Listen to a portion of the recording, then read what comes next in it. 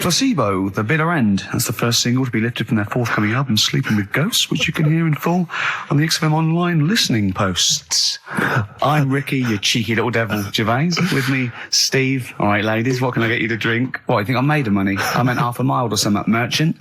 And Karl, oh, I'm stressed. If it's too hard, I don't want to do it. Pilkington. Indeed.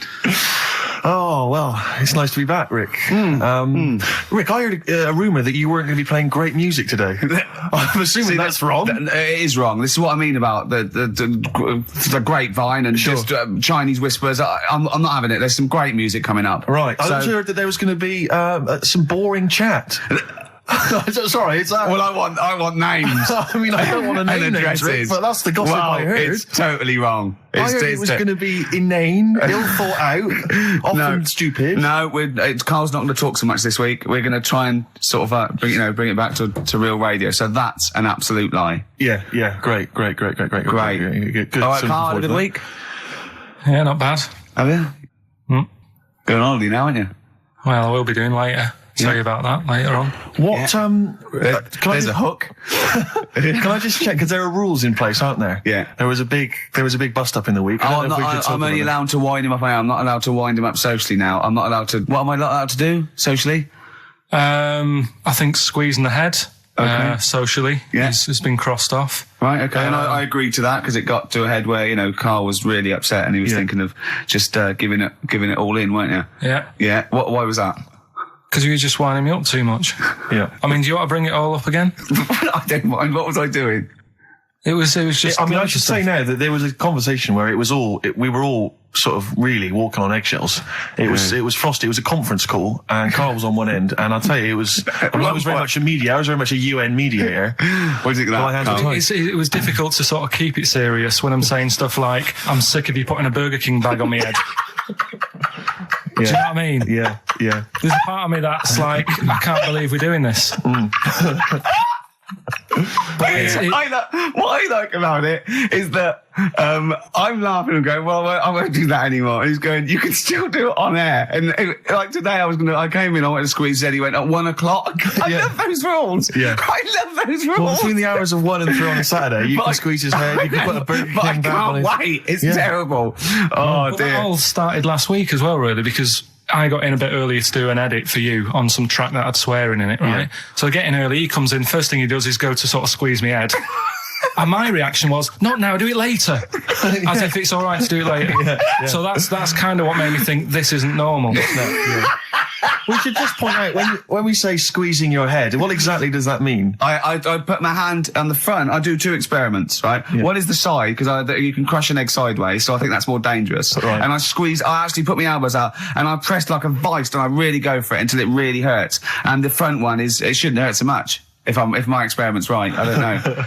Well, it was all this that sort of, built up. Sure. And the research that you're doing there, Rick, is that going to be available online at some point? Well, that was the problem. That's what I was saying to him, because it kind of started last week. Well, it's been going on since we've known you. Yeah, really? Yeah, but I just upped it last week. It got out of hand a bit. I upped it to when I think it got to ahead on Thursday when I filmed it. That was it, yeah. That's right, yeah. I brought in a cameraman to film me torturing him. And there was some people from the 6th floor being shown round. Yeah, some management and that, showing probably clients round. Sort of, they've probably been on all the different floors, same what all the different radio stations do. This is XFM, the sort of this sort of noise going on. Yeah. You see them all look down and saying, don't do that, right? Sure. They might want to spend a load of money. Yeah. Right? Yeah. And he's doing that, he's wrestling with me, he's filming it. So that's when I just thought, It's mad, isn't it? And then when we were having the argument on the phone, I was saying, has this been some sort of experiment? Yeah. He said that, and of course I lost it. Yeah, but it's all good now. Well, do you want to squeeze his head before we play the next record? I won't at the moment because we've got to get on. It's not right, and that annoyed me as well because I was trying to find out where he was going. I was filming him. I was going on waiting for Karl. Told Johnny he's meeting a mate at 6, which annoys me on 2 counts. And I'm just doing it to the camera, So I'm gonna follow him and just turn up and go, all right, where you been? But then when I came in, he went, I'm meeting a mate, and he told me where it was. So I told him that spoils my fun. Of course. Because you'd want to just track him down. I don't want him to like it. Yeah. Which is it's sort of pulled the rug under my carpet now that he's going to let me do you know what I mean? It's just, it's a little bit annoying. It's that thing though, you see. This happened years ago to me, right? When, you know, you get pally with someone and then you wind each other up and then there comes a time when you just go over the line. Yeah. Right? What happened? Well, it was this lad called Anthony, right? Who was my mate. Yeah. And we used to sort of always have a little fight in the toilet and that. Right? Sure. Punch each other. No, I want to wipe it. And the punches, you know, used to get harder and stuff. And then, you know, so he hit me harder. Turned out into a proper fight. Yeah. I chipped his tooth on the sink. Right? Right. This happened at school, and it was time for assembly, and I thought, and he's in the toilet crying. I thought, go to assembly. There's police in there in the assembly that day telling people about unnecessary violence. And you thought they were there for you? So I'm like, oh no, Anthony's going to come in a minute, like crying with all blood coming from his mouth. So I'm going to get arrested. Yeah. Did you go running and sleep? And that was an example of. Yeah. I mean, it kind of happened because I went out with a girl who he fancied. How old are we now? About 8 or 9.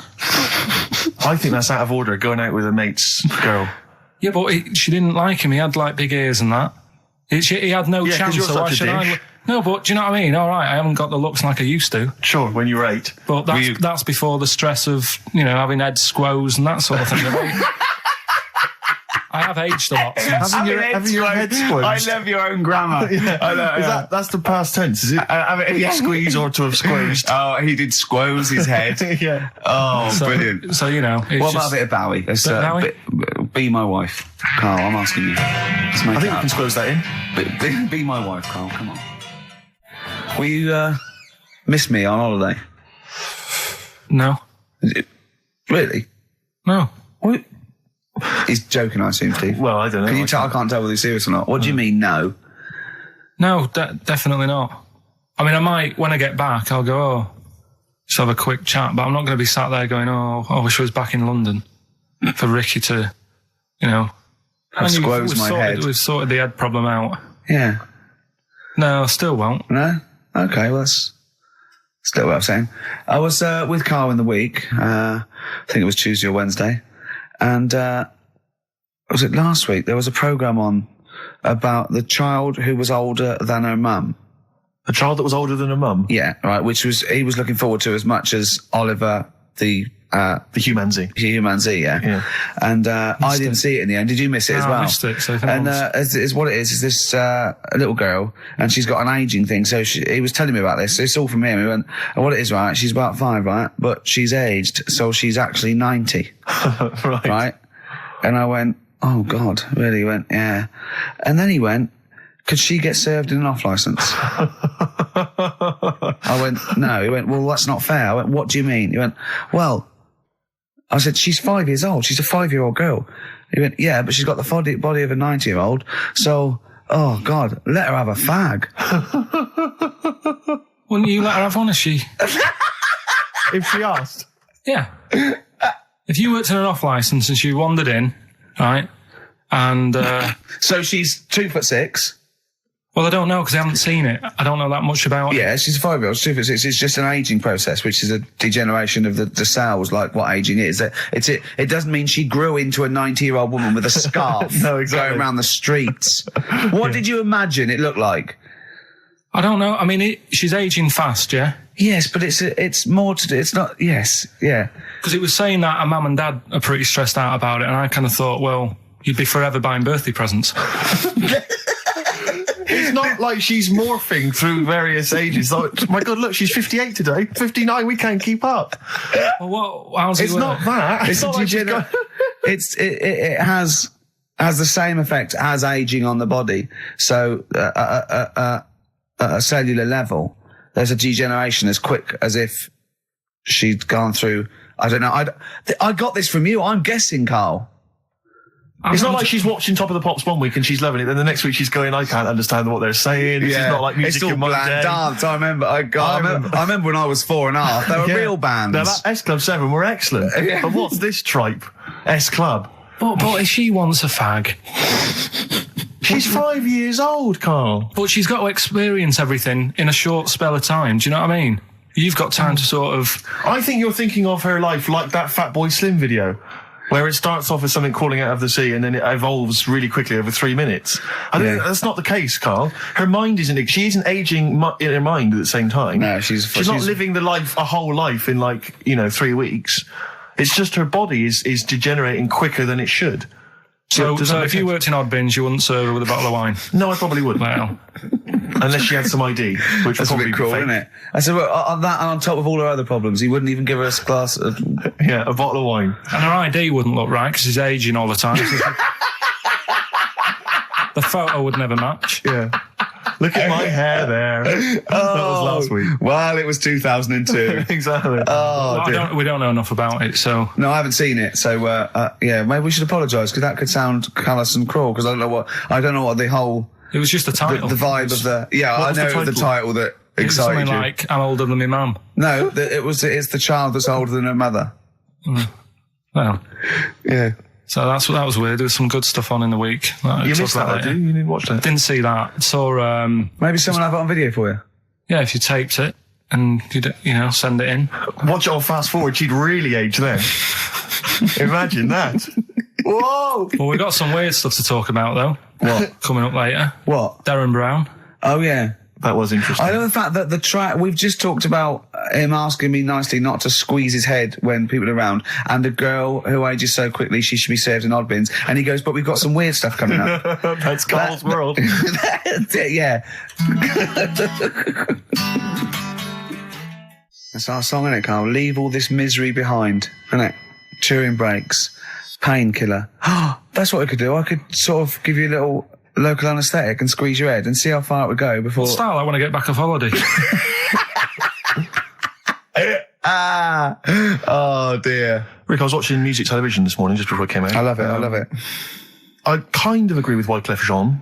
Yeah. Just because she dances loco, it don't make her a hoe. No. But I can't help but feel she's not helping her case. I mean, she's there every night, basically, getting them out for the lads. I know. For money.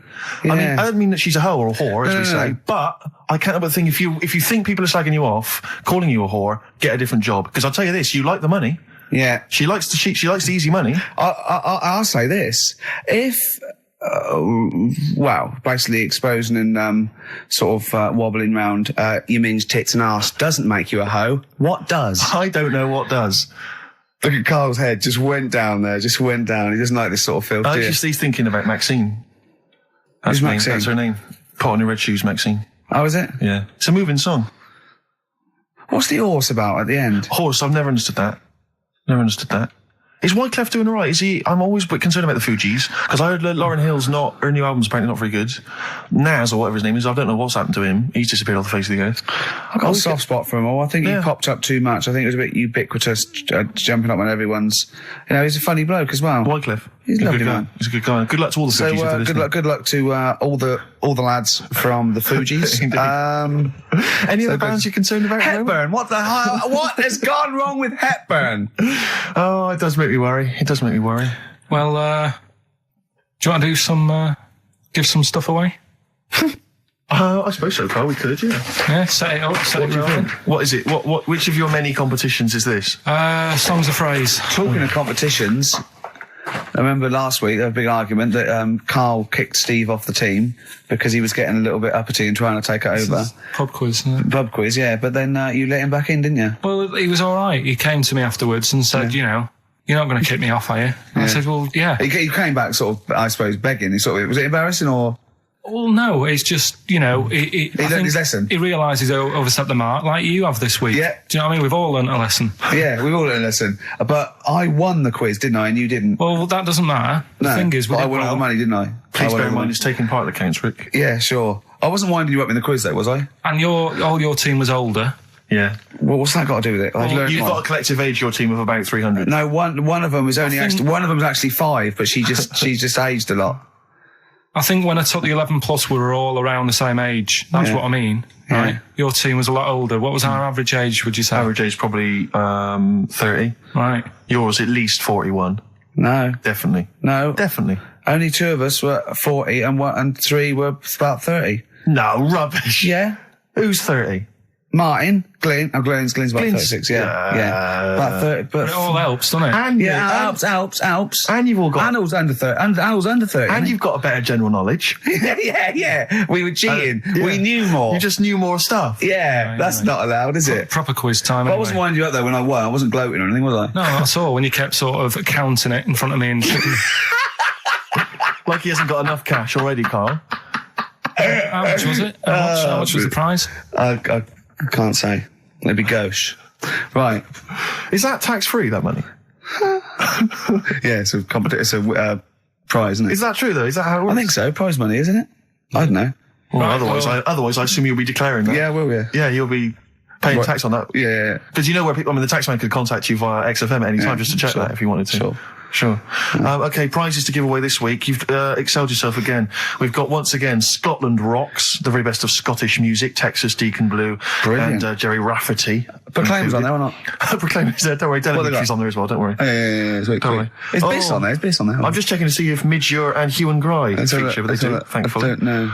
The Rosillos as well. Oh, and Gun.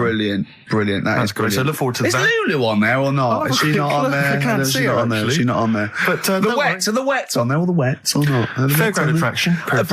Brilliant. That's on there. So Is Wee Hootie McTooth on there? And is Jamboree? what's this? This is another arbitrary compilation called Strange and Beautiful. The Brilliant. X-List album, which is quite good. The new album by the White Stripes. The DVD Walking with Cavemen, that TV show that's on VHS. It's still got the price on there. On VHS, in case you haven't seen it. Fight Club and the best-selling book from Michael Moore's Stupid White Men. So actually some quite good prizes there, Carl. Not bad All at right, all. Carl, what's this competition? Right, Song's a Phrase. It's where I get a line that sort of is said a lot on the show or has been said quite a lot on the show. Yeah. Is this one Stop Squeezing Me Head? No? Oh, I could have done that. Yeah. But what we're doing is my favourite, The Elephant Man's my favourite film. Is that the phrase? Yeah, that's the phrase that we're looking at today. The Elephant Man's my favourite film. It is as well. It's his favourite film. I know. What is that again? So, 'cause it's funny and sad, and it's you know exactly what you're going to get. Yeah. They promise you an Elephant Man, that's exactly what you get. Yeah. It's good. Have you seen it, Steve? I have seen it. It is good, isn't it? Yeah. Do you remember at the beginning of the Elephant Think Man? of that. Having that as your favourite film of all the hundreds of amazing films. I mean, It's a good film and it's a moving film. Yeah. But I can't imagine it's a film I would watch endlessly again I and don't again. care about a bloke with an elephant's I head. watched a little bit of it again the other night. It's one of them that, just sort of reminds you. You know what annoys me when he goes, "I am not an animal." He is. Well, he speaks like one. And what doesn't And help? he's got And he looks funny, like one. I know. Yeah.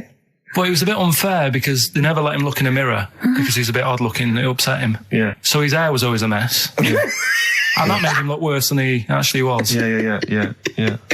But good film. Get it out if you haven't seen it. That's the phrase today. Do you know, I remember my friend introduced me to that film, and if you remember at the beginning there's a big montage because he is working in a zoo, isn't he? Or he's being kept in a zoo, and there's a sequence of various elephants, I think, actual elephants kind of rampaging, and it's just quite a sort of moody, atmospheric montage. Is he king of the elephants? Could he maul them? My friend said to me when we watched this, he said, what happens is he gets trampled on by some elephants, and that's what makes him look like an elephant.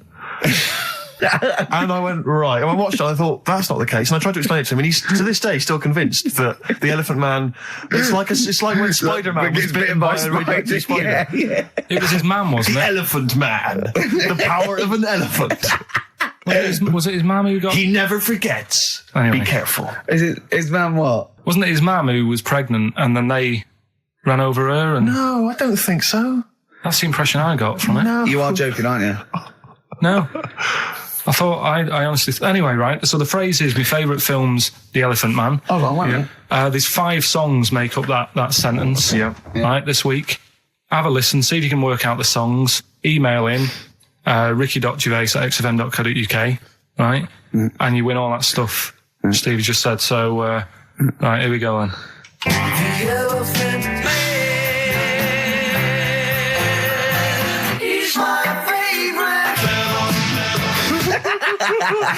That was nicely done. Genius. All right. Let's hear it again. Here we go.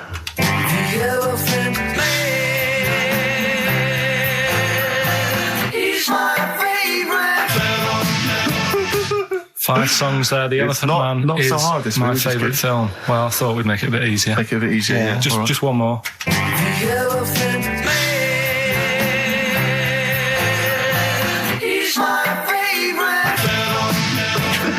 Email only, ricky.gervais@xfm.co.uk. Brilliant. A bit of hip-hop hooray, a bit of a rap classic. Although you may not have heard it before. Basically, they then go on to give shout-outs to lots of Players Club. Sweet. So we'll end it there. That was Rapping for Tay and the song Players Club from 1994. Still sounds brilliant. It's still hip-hoppity though, isn't it? It is indeed, Rick. Let's have some adverts. It's the Nocturnals. XFM 104.9. I'm Ricky Gervais, with me Steve Merchant and Karl Pilkington. Karl the K-Man Pilkers. Little Pilkers, little baldy, roundy, heady Pilkers. Oh yeah, there's Go on. There's a what's the name? If people go to the You're website. joking. There's not a what's the name. An actual what's the name? You are joking, Karl. No, it's just you reminded me Oh, of the did I? little round bald head. Yeah. If they go to xfm.co.uk, right, Yeah. /Ricky, there's a picture on there. You know that picture you did? Oh, that I drew. The one you drew of me? Who put it on? Did what XFM put it on? Yeah. Did it look good? Can Can you get into it? Can I I'll have a look. Yeah, I'll have a look during the What next is it? xfm.co.uk. /Ricky. Right. And there's that little picture and people can sort of put bids in and the money goes to, Me, I charity. assume, as I drew it. No, it's for some charity thing, so... Because I've read something that I think there's been a bid of at least £50, which is pretty No, impressive. there I swear hasn't. to God, I just saw it earlier. I deleted it because I thought someone was winding us up. You deleted it? Well, I didn't know, did I? I didn't realize, you didn't keep me informed. Well, it just... Oh... He's a buffoon, Karl, isn't he? I think you're an idiot, but sometimes... Oh... Yeah. Yeah. Well, And I'm just going to life's check. cruel. Just going to check the power list. Top 100 most important people in radio. What's this list? Oh, it's just the most important people in radio. Oh, 56, Ricky Gervais. That's annoying. 56. Let me see. So there's 55 more important people than me. I love the fact there that I've beaten David Mansfield, who's the controller of Capital. Yeah. Arbitrary. The Radio Academy Power List Top 100. And you're what, number 56? Yeah. Ricky Gervais, XFM. I noticed we're not mentioned, Karl. What's your thoughts on that? You know, a little stinging that. I'd have thought, considering the amount of work you put into this show. Don't get me started. Are you on here elsewhere, Karl? No. Too busy. Chris Moyles is number 96. Oh, that's good. That's good news, isn't it? He'll be off the list by next year, I hope. So what is funny, aren't weird, they? Steve? Go on. Right. Who's number one? Number 1 is Phil Roberts. I don't know who that is. Right. Wouldn't you think that Marconi would have got a mention? Marconi. Now, what station's he on? Weird. That's the point, because I got one in television and you thought John Logie Baird would have got a mention. Yeah, exactly. That's great, although it's not ever, is it? Again, I'll slip out of that by next year, I'd have thought. Yeah. Oh, dear. Just checking to see. Dr. Fox, good. He's on there at number 39. I'm assuming his medical qualifications have also been. That sneaks you up the list, yeah. Yeah. Typical. Pete Waterman, yeah, number 35. That makes sense. Important guy. Can we just give them the website so they can read this at their leisure? Because this really isn't radio, is it? Right, well, xfm.co.uk. No, that website, if they want to see the most... Oh, I don't know where it is. I'm just saying xfm.co.uk /Ricky if you want to see that picture. And whoever bidded 50 quid, if you can send the email again. Bid, whoever bid. Whoever bidded. Yeah. We should start picking you up on your grammar. I mean, we're hardly ones to speak, but, you know. I squoosed. I tell you what, I listened back to... Karl was worried about last week's show because he said there was too much screaming and shouting and just nonsense and eating burgers. It was a bit stuff. like It's a Knockout last week, wasn't it? No, yeah. And I listened back to it and it was without doubt the most appalling piece of radio I have ever heard in my life. Really? I didn't know what I was saying. I was not finishing set. Eat it! And he's going, oh, Joe, and you're going, Karl, they're eating a hamburger. It was bizarre. Just half an hour. If anyone didn't know us, or I'd never heard of us, I was just like going, Heart 104, XFM 104, listen to this. Eat the burger, eat the biscuit, come out as many. No! It was absolute, honestly, it was like a mental ward. It was, to be fair, though, at the best of times, you sound like you're selling the Evening Standard.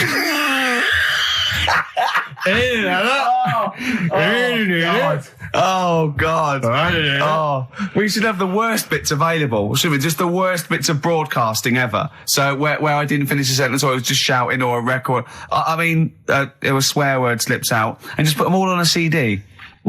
Like, like Panky put out the best of his phone calls. Exactly. Yeah. Yeah, I haven't got that. The worst radio show in the world ever. Yeah, no, that's what I call bollocks. Yeah. All right, calm down. That's Shit. just cheapened it. Oh, now once Sorry, play again. record. Oh, tits. Good to see those boys still rocking. That's AC/DC. Shook me all night long. On XFM 104.9, I'm Ricky Gervais, with me, Steve Merchant and Karl Pilkington. Have we got the results of the quiz, Karl? Or?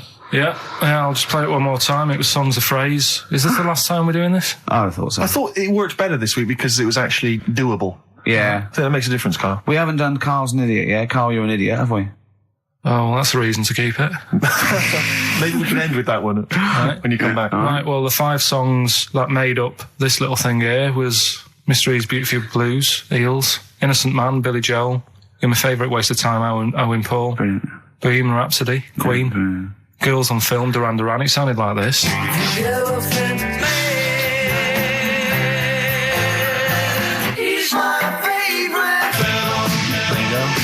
The Elephant Man is my favourite film. Hang on, was Bohemian Rhapsody in there? Yeah, it is. It is. Oh, right, yeah. Right. Well, we're going to give that to Piley. He just calls himself Piley. Ian Pyle. Good work, Piley. What's happened to Anders? Well, I was just going to say, actually, we've not had correspondence from Richard Dickie Anders for some time. The Dickmeister General I with know. his naughty, insulting ways. Yeah, Anderson used to email regularly. if you're Anders, listening. get on your computer. Get in touch, mate. What Just do you tell us think of it? of the show. Oh, hold on, though. To be fair, he was listening when we were pretty shoddy. Isn't that If true? he's listened to the last 3 weeks, I think we're owed a little apology from you, Dickster. Exactly. Absolutely. Listen, Piley, we want to send you all those goodies, including Scottish rock, but we don't have your address, so email in your address and we can send it off to you. All right? Yeah. More adverts? Yeah. Bit of Snoop. Beautiful XFM 104.9. Gervais, Merchant, Pilkington. Karl had a treat in the week, didn't he? He couldn't believe his luck. We know Darren Brown. You know Darren Brown, the sort of magician, mind reader fella. It's more special than that. Well, called me up in town. Said, "Do you mind if we bring along Karl?" He went, "Pleasure." Karl's very cynical, saying, "Well, he won't get into my head." Yep. Great, wasn't it? It was brilliant. He went, "Can I ask him questions?" I went, "Well, no, he's social." He went, "I'm not coming." I went, "Well," he went, "Well, I'll ask him. I want him to know how he did that trick when he said, 'You've got the winning ticket.'" I went, "He's not going to tell you. He's a magician." He went, "Well, it's not worth it then. If I can't quiz him." But he came I along. still did, though, didn't I? Got in there with the questions that the people wanted to know about. Yeah. Yeah, go on. What did you ask him and what did you find out? I said, how do you do that? I love the fact that the first half hour, me, Steve and Darren Brown were convincing Karl that he didn't see a ghost when he was 5. Yeah. And then we got onto the tricks. Yeah. Well, it will live in my mind. He won't get inside my head. Yeah. And he got inside your head magnificently, Karl, didn't he? I mean, were you not amazed? I mean, Darren promised actually that he would come on the show in the future, and then you, the listeners, can see how he can baffle, amaze, and generally freak out. I Karl. think we should film everything that happens, right? Because it's just a waste, because you're only getting half of it when you hear what Karl has to say. Because his face... Yeah. Honestly, it says 1,000 words. Yeah. Do you know what I mean? It's just, I think we should film it and just put it on a DVD of Karl's facial expressions. This is Karl thinking he saw a ghost. Yeah. This is Karl thinking they were going to clone a man moth. Yeah. It's just different faces. So do you want to try and explain what he did and what marvelled you so much? Right, yeah. He comes in, he sits down. I'm a bit sort of... bit spooked by him straight away. Oh, you're spooked by him straight away, were Yeah, you? there's a weird thing about him. Right? So anyway, he sat there, and I'm watching him. It's because he was naked. Checking, seeing what he's, looking at and stuff. Yeah. So anyway, he gets his paper out, and I think, right, he's going to do a bit of trickery and that. And he says to me, right, write down a number and a name, right? It was between A two-digit number, and a name of anyone you know. Yeah, right. Now the thing is, I thought of the name because I was telling Steve earlier about the about the kid at school who I fell out with, right? Yeah. Over that girl who was called Aris, Yeah. right? So that name was like in my mind, ready to go. Because I didn't want to use anybody's name who I knew, sort of now, because maybe you've mentioned it in the past. Do you know what I mean? I couldn't say Suzanne. I knew Colin Makin anyway. Yeah, well, do you know what I mean? So I picked a name, Well, I thought you might have been thinking about Auntie Nora. So I picked this name, right, that you three didn't really know about, right? Number just came to mind, right? So he 42, says, right, we were never thinking of that. 42, right? He said, right, just keep saying it over and over in your head. And I'm there, and he's saying all these sort of different numbers at me, and I'm trying to throw him off a little bit. Every time he said a number that was nothing like 42, I was sort of smiling, looking a bit nervous. Yeah. Don't know if you caught that, right? I just, all I could see was you looking sort of blank. Oh, right. So I was doing stony that. face. He picked the wrong person. When he said, let your mind go blank, you'd realise he picked on the wrong person then. Right. So, you had to squeeze his head to get it going again. I said, Darren, if in doubt, he'll be thinking of monkeys. And Darren looked at Karl and he said, were you thinking of monkeys? He said, I tried not to and I thought of them more. Right, that's true as well. Yeah. Right. So I'm there thinking of these numbers and that, and then he said, right, let's just talk about other stuff for a bit, right? So I was like, well, I'm not going to say anything. Yeah. Right, because I don't want you to catch me out. But then when we were talking, I was trying to like knock him off track. Clever. Do you know what I mean? Do you know what I mean? I played a bit of hardball with him. Yeah. I was like saying, because we were talking about aliens and that as well, weren't we? And I was saying, well, they might come and land again in 2060. Oh, clever. You know what I mean? Dropping in different numbers and that. And so doing all that, playing him at his own game. And I think I had him for a bit. On the ropes, right? So anyway, comes down to the time when he's telling me the name and the number. Yeah. And, well, he explained what he actually did. I mean, that was... He said, just think of a number at the end of it. And he said, oh, is it an I? And you went, it wasn't an I, but there is no, okay. And anyway, he got the name. Harris. Then he went and said, "Do you an extrovert?" And he wrote down these numbers. Well, he wrote down some numbers and he said that if you're an extrovert, these are the numbers you tend to choose. If you're an introvert, these are the numbers you tend to choose. And he wrote them down. And he said, I don't think you're really an introvert. I don't think you're this. I don't think you're that. Da, da, da. And I think he came up with the number 32, didn't he? He said to you, you're thinking of number 32. You said to him, no way. You couldn't believe your luck, could you, when you'd caught him out? But he said it's either 42 or 32, didn't he? Yeah. Well, no, but it was beside the point, because then he said, rather brilliantly, hang on a minute, if you just add up these numbers here, that adds up to 42. It was a magic if you add square. Up those numbers, that's 42. That's 42 across diagonally there. That box is 42. All the numbers that added up on the page, whether you go across, sideways, down, across, whatever, always added up to 42. Yeah. Right? And you've got the name Harris, which freaks you out. It freaked me out. I kept saying to him, how do you do it? How do you do it? And he wasn't telling me. I was talking to people at work about him, and one lad said, apparently the trick that he uses is the same thing that Hitler did. Play record. No, seriously. Apparently it's the same thing, because he was saying... What? Play record. No, just let me finish, because I've even ran it by other people to check if I'm right on this. So let's do play record and come back to this. Because the people in the XFM office, they're pretty wise. They're up on that stuff. No, he used it in a different way. Play record. No, hang on a minute. Let me hear it. All it is, it's power of suggestion, apparently. And when Hitler used to do his big speeches to people. Yeah. What should we play? Come on. Finish your point. Well, that's about it. Who told you that? Ian Canfield. A few different people. Right. The big thinkers out there. Like the brain boxes. But anyway, right? It's because Magnus Magnuson works on it now, doesn't he? Right. Listen, or was it Paxman? Was it James Paxman? That blew me away. Right. That the fact that he got the name, he got the number. Spooky bit. Right. I'm walking home. I called you up a couple of times, and I left a message on your phone. Yeah. Because it was just amazing. Not only was he good at magic, but his maths was brilliant. No, well, that thing adding up to 42 was like, how did he do that? I mean, we didn't even make a big deal out of that. He said that to me. He said, Karl Vorderman's got is the maths. Do you know what I mean? Imagine him on Countdown. Yeah. He'd even know what they were going to write down. Do you know what I mean? So a bit of a wasted talent. I should see him again about that. I think he asked him, I said, why are you doing it on mucking around on telly? Then he went, sorry? He went, why are you mucking around on telly? Yeah. And he said you could make some serious money. I think Steve went, well, he does all right. He went, nah, but if he did that with the ticket thing all day. Yeah. But didn't you say to him you should be working for the police force? I said, yeah, you should be in a police station. You could help people out. Yeah. Do you know what I mean? It's not a daft idea, is it? Not really. Right. So anyway, right. So I get home. Still, I'm calling different people up walking home. I couldn't believe it. Yeah. Right. I called Suzanne up, telling her about it, and she's like, "Slow down." She said, "You're like a little kid who's just been on a fairground ride or something. Yeah. Slow down." Right. So I'm telling her, call me mum and dad up. My dad wasn't that impressed. No, of course He's not. like, well, it's all been done before. But anyway, right. So, But then he wasn't impressed with Little Donkey, was he? No, he's not impressed by much, is he? right. So I get in. He probably had to nip back down to the phone box. Right. Do some thieving. Yeah. We've forgotten bread. No, I'm just going on the phone box. Yeah. So I get into my flat, right, and what they do in my flat where I live, they put the post in like these little pigeonholes, right, and I don't normally check them out. I leave it for Suzanne to do, right? Sure.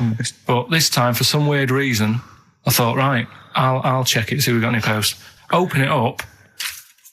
There's only this. A letter for Miss Harris. Yep. There it is. Bona fide in front of us. A letter addressed to a Miss Harris. Well, does she live there? No, it's my address. She doesn't live there. Did she ever? Don't know. It doesn't matter. It's weird, isn't it? But We've never had. Normally, I think there was a guy who lived there called Yaki Shoki. Mr. 42. It was definitely wasn't an Harris, right? This is the first time we've had a letter for this woman. Yes. Right. But what are you claiming? Because Well, Darren Brown himself admits that it is not paranormal, it is not supernatural, it is a trick. It's a trick. Is it? But he would say that, wouldn't he? Hitler said that. Play a record. Well, can we open this? No! It's illegal! No, but I'm thinking if What it's if a we opened it birthday off card air? for someone's like 42nd birthday. Right. You can't open that letter. Go and put it back or put you cannot open that letter. Why not? You can't open someone else's mail because you think Darren Brown's supernatural. What if we steamed it open, then resealed it? No one would know. It's only a letter. You can't. You can, but I don't want any part of it. Carl, I If think you should open it. No, you open I'm it. not opening it. It's against the law. You should open it No, then. we won't open it then. They won't send you to prison. Forget it. You'll get off. Cure. Yeah. Bit of Bit of cure. cure, There's no it's cure, no. verification. I'm looking. Well, I'm tempted to open it. Well, do you want to, Steve? There you go. No, I'm not going to open it. But I think you should definitely. 6 Different Ways by The Cure from the album The Head on the Door. We've enjoyed that. The head on the door, Carl. Ooh, bit of a coincidence. Spooky, isn't it? It was only 4 weeks ago you were talking about a head and a door. Exactly. Has the door got a number on it?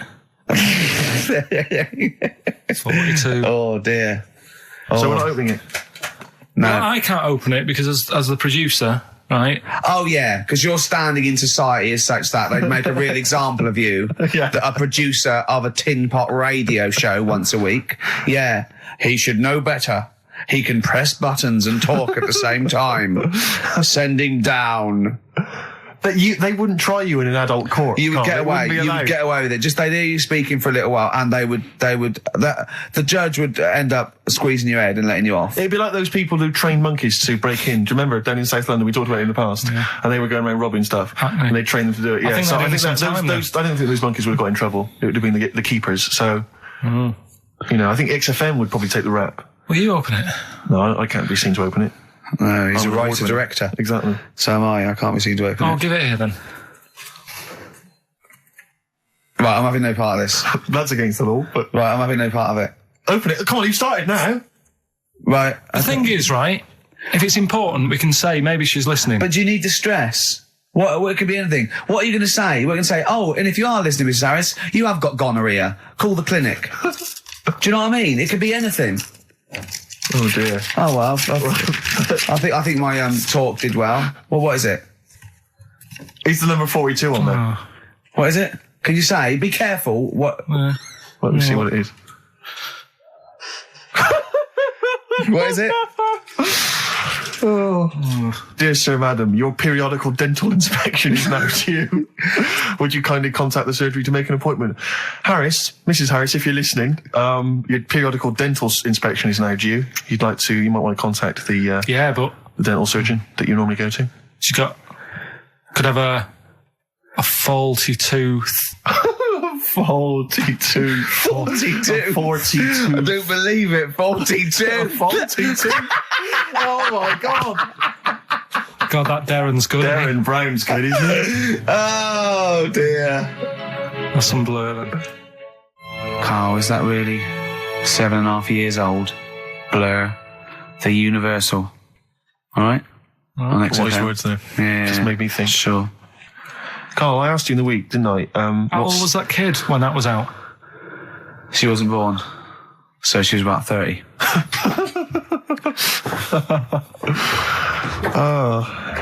Well, I think that's the first time we've officially broken the law on air. What? I don't think we've broken the law before on air. Be all right with the dentist appointment. Well, we haven't broken the law, Steve. He has. You're right. Yeah, we're fine. And he should know better. He's the top producer of a tin pot radio station.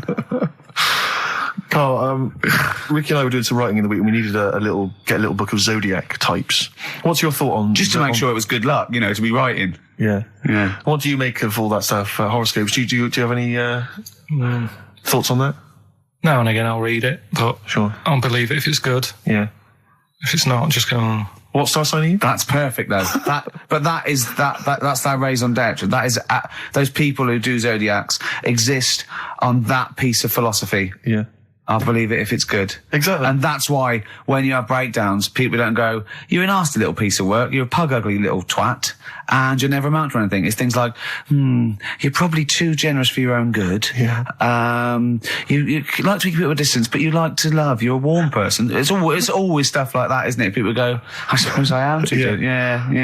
That is me all over. Yeah. Do you know what I mean? You're a creative person. Yeah. Who thinks they're not a creative person? Exactly. You've got a wonderful sense of humour. Exactly. Yeah. What star sign are you? Mine changes. I'm on the edge. Oh, Right. God. Okay. He even makes that complicated. Of course. He even makes twaddle complicated. No, I'm just, it changes depending what paper you read. Yeah. All right. In theory, what would 23rd you? of September. So I think most of the time I'm a Virgo, I think. Oh. Well, I'll tell you. Write that down, listeners. 23rd of September, and come round and give him the bumps. What I mean... Well, according to this, I mean, you've been criticising this, Rick. Sure. You've been saying that there's maybe not anything in the zodiac thing. go Well, on. hang on. Let me just read some of the elements of- Is this going to change my mind? Well, Am I going to eat my words? the typical Virgoan. Words. Okay. The physical appearance of the typical Virgoan. Yeah. High forehead. That's not true. Cranium may seem too big in comparison with the face. Look at Karl. But how specific is Has an that? extremely large forehead. Has a high hairline. That's not true, though, is it? May be quite tall. What are the blokes like? Often has one foot turned in more than the other. They've just described Rain Man. What is that? How can I be specific? Well, that's why it sounds like Karl. One foot turned in. Yeah. Oh. Well, have they even bothered doing one for you? Because there isn't many people who... Hang on a minute. Let him finish, Steve. No, I'm just saying... Go on. What are you saying? I sort of think I'm fairly average looking, but I'm saying, have they wasted a page in that book for whatever you are? It started off me being dissing him and stuff, and you've been nice. Hang on a minute. I don't think you can be a Virgoan because it says that they are normally quick, alert, and intelligent.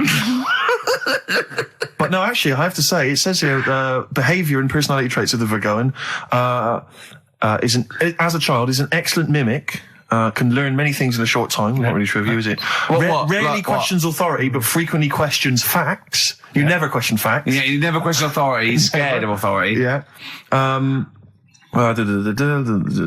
You're usually trying to very upset if teased.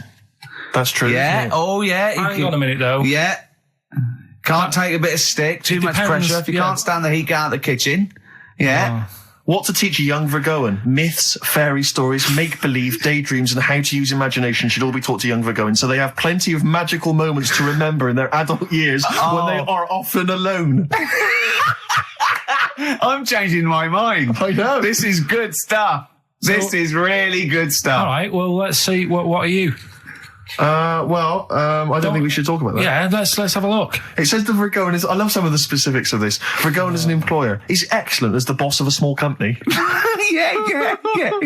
Don't get him on a Tuesday. He's probably stamp collecting then. Yeah. Come on, He loves a Steve. bit of haddock. Okay, let me look at mine. Oh, that is good though, Carl, isn't it? That is you all over. I've changed my mind. It's brilliant. It's a real science. They've really put their work in with this one. Let me see. Sagittarius, Sarah Jones. Sagittarian is a happy, playful little clown. Little. Greets everyone. Oh, dear. Yeah. Let me see. Sagittarius. He's only going to read the good bits, though, isn't he? Yeah, exactly. If that's it, what can it say? Have they done yours in sort of small print because you've got special eyes? I don't know what that insult is, Carl. What kind of an insult is that? Well, He's happy with that. Look at his face. He's done me. Oh, dear. Back together. Little baby bird. On XFM 104.9. Gervais, Merchant, Pilkington. Gervais, you're Cancer, is that right? Yeah. Just looking you up in the little zodiac book. Sure. Again, I've really changed my view. I used to dismiss these out of hand, Oh, here we but go. these are bang on about Go you. on. May have remarkable teeth, perhaps prominent, irregular, or in some way unusual. You Yeah. have got quite strange teeth. Who doesn't know when they're English? Even if slim, may appear broad or plump. Maybe plump or tend to put on weight very easily. Yeah. Correct. Yeah. Behaviour and personality traits. Loves delicious food and drinks, but almost always dribbles even when past babyhood. How specific is that? It's true of you, though. You know what that is, You though, can don't barely keep you know it what that in is, your mouth. don't You you? can barely keep it Because in I your was mouth. born at a certain time of year. Exactly. And that's what happens. I I tend to dribble. Yeah, well, no, that is fair enough. I think it starts to fall apart, though. Why? When it says, Intelligent, handsome. no, it just says, takes work seriously and does not like frivolity. I mean, a man who spends most of his time squeezing people's heads and struggling them to the floor. Yeah, maybe it's not. I did squoze his head. I squoze his You head did squeeze his head. many times. Although it does say that it says about your loves and hates, your likes and dislikes. You apparently like anyone who loves his or her mother. It's so specific. Oh, dear. What Well, about there you go. vulgars? Let's have some adverts. Please. Hoo, it won't do. Listen to the Gallagher Boys and stop crying your heart out on XFM 104.9. No need to. It's monkey news. So that is the time. Time for monkey news. Can we have the jingle? Oh, chimpanzee that monkey news. I love the jingle. Right, well, Can we play that jingle once more? Yeah. let me cue it up. So, chimpanzee that monkey news. Oh, it's brilliant. Got a lot to live up to now. I'll be honest with you, often that jingle is more fun than the monkey news. Wow. So you got to excel yourself this week. Well, it's there's been a lot going on. In the monkey world. Yeah, I was looking at the Guinness Book of Records that we bought last week. What you bought?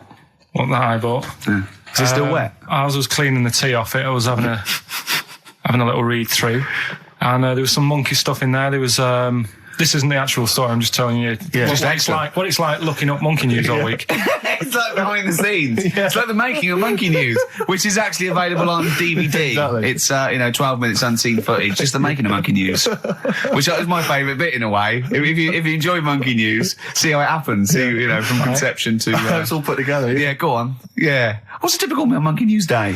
Well, there was some stuff about a monkey in the Guinness Book of Records. I think it had the record for asking for a cup of coffee in 23 different ways.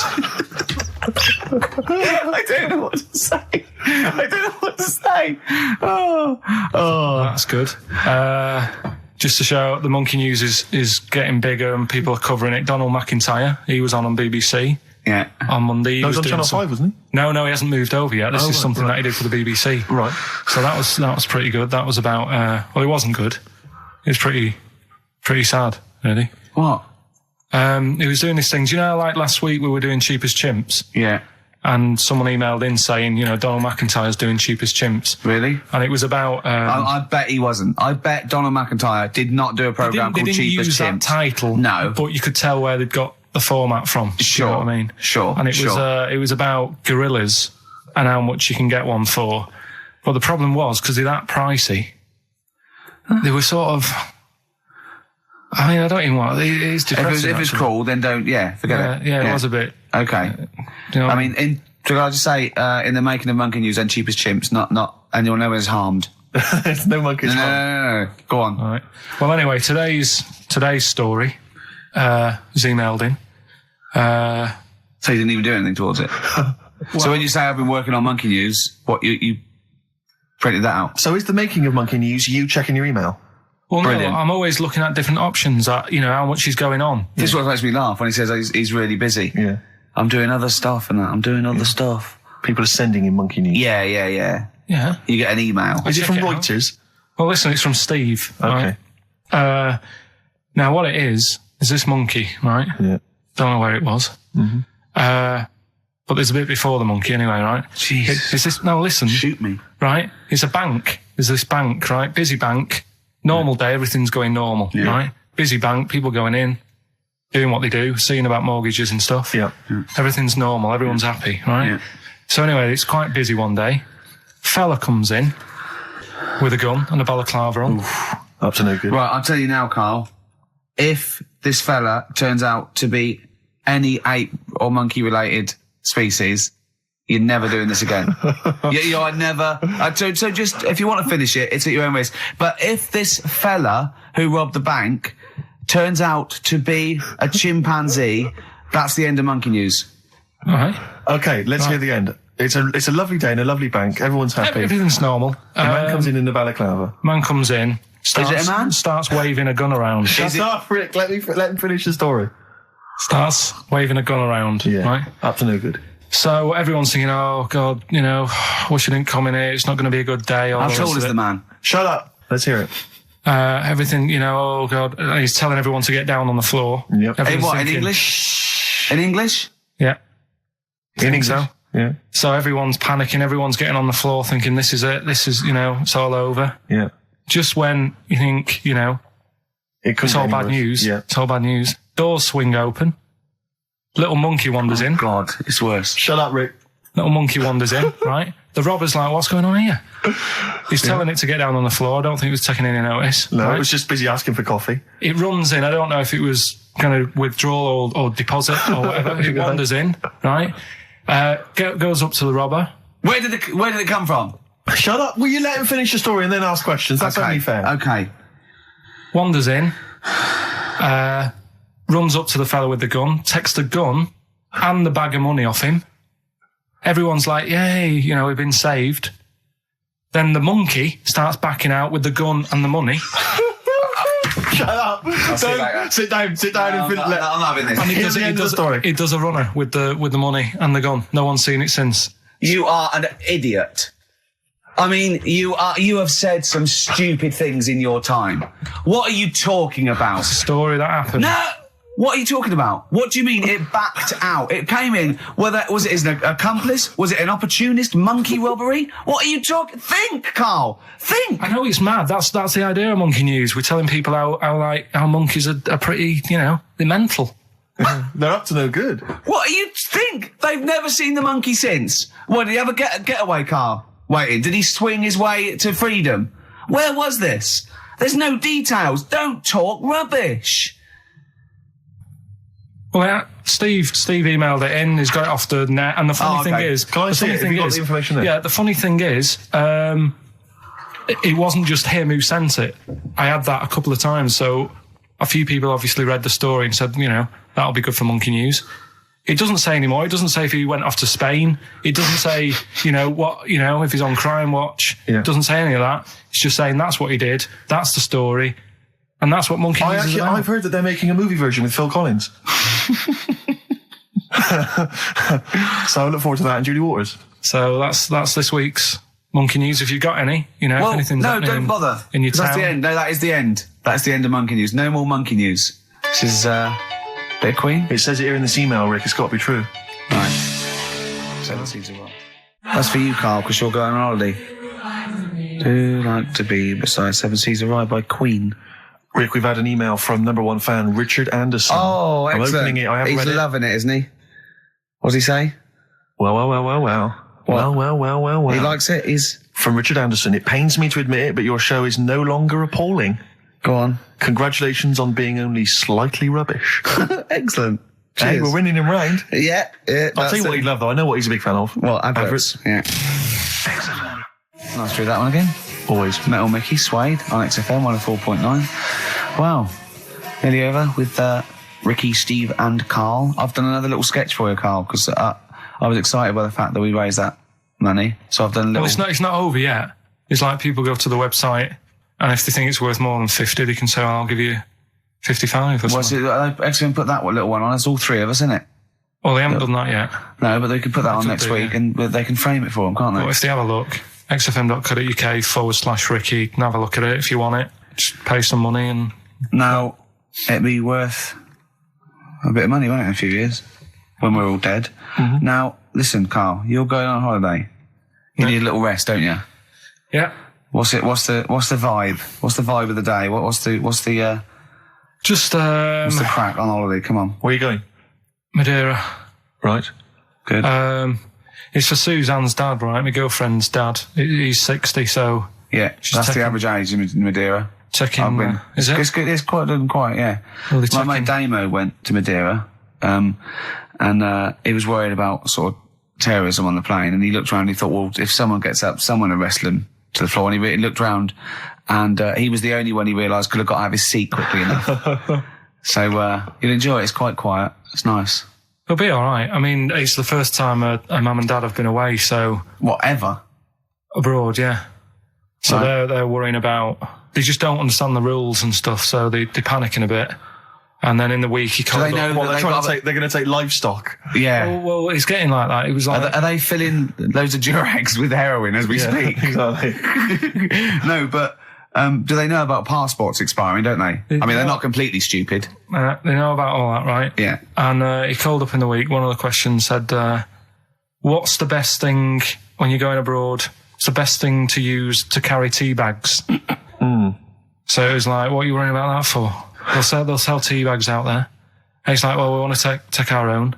It's like they'll sell tea bags. Yeah. And he's worrying about that. He's saying, can I put it in a glass jar? So put it in a glass jar then. He's saying, oh, I'll bubble wrap it. So he's bubble wrapping a tea thing. It's just, I mean, it is annoying me a bit because it's meant to be a week off from you annoying me, and already he's niggling me. Yeah. But you are easily wound up. You are a very finicky little fussy person. You don't like the slightest bit of pressure. See, I thrive on pressure. I'm working here, working there. That's the way I work as well. That's always doing stuff. Monkey news. Do you know what I mean? Oh yeah, Monkey News. I got an email. I won't read it to on air. It's rubbish, but that's one feature. That's my bit done. That's all I have to do. Well, I'll tell you what. When I'm away next week, do Monkey News and see what you can find out. All right? Oh, there's a challenge. Oh. See what you can do. Yeah. I've already told them about the Guinness Book of Records one, so you can't use that. Yeah. Right. We're going to find the best monkey news ever, Carl. Wow. What was it you said to me about... Because, I mean, the thing is that you don't really like people, do you? That's the truth of it. People annoy you, don't they? They wind you up. Yeah. What was it you said to me about friends? You don't... He doesn't like friends. He doesn't want any more friends. He doesn't want any friends. Is it because one day they'll ask me to help him change a tyre? Yeah. What was it? No, it's always hassle. Well, The tyre he sits and swings on in his back garden, he means. It's just... They call up, they ask for stuff, they want favours doing. Yeah, they want a pint, they want to chat to you because they like you. I know they're a pain in the arse. I'll tell you what, Carl, you're better off without them, mate. Yeah. Although, to be fair, Rick, friends like you... Yeah. You're not judging them on me, are you? You're not judging all not all friends on are like me. him. Just they do sort of, you know... You know, some friends will never touch you around the head or I nether want to see you regions. for a week, am I? Oh. You should get a get a decent little squeeze squeeze in. I am going to get a little squeezing. Can I come around there and squeeze you? Squeeze him in now. We should play the last tune. Hurry up while we go to ads, and that's it, really. Is that it? We've got no Yeah. time for records. That's a shame. We'll have a quick squeeze. A quick squeeze. Well, that's like a Benny Hill slap there on the Yeah, front. all right, that's enough of that. Right. Okay. I'm not squeeze it. All right, that's it. Excellent. Will that See do you you later. for a week? Yeah. All right. See you next week. See you later. See you, Rick. Have a good holiday. All right. Got a great show. Went shopping yesterday. Oh, right, yeah. Yeah. Got Wesley Willis. Oh, it's I beautiful found having it. back. I can't believe it. Wesley Willis, Rock and Roll Will Never Die. I'll be playing some of you'll my be playing some favourite. Wesley. I don't know whether to play Hootie and the Blowfish, Kurt Cobain, Rolling Stones, Pink Floyd. They're all the same song. It's interesting because Gervais, you know, in the time that we've been on, we've had a lot of new listeners join us, and they haven't perhaps heard Wesley Willis. No. What a treat they've got in store. Well, I'll explain that a little bit later. I've also, Wesley Willis is here. Oh, once again, I was struggling, you know, as I don't play on the show, obviously. Of course. But my book exchange in the courtyard of my house, of course, it's come through again. Brilliant. I've got a little book Now, here. what was the last book you got from the book exchange? How to cope with- Beat PMT by Diet, How to Beat PMT by Diet. which I could give away. I've got that at home. That would be a great prize one day. A wonderful prize. A lot of women would look forward to that. It's a little paperback here. Go on. Doris Stokes, Voices in My Ear. I'm intrigued. The autobiography of a medium. A medium what? I don't know. But I've got to read you the bit off the back. You'll love this, okay?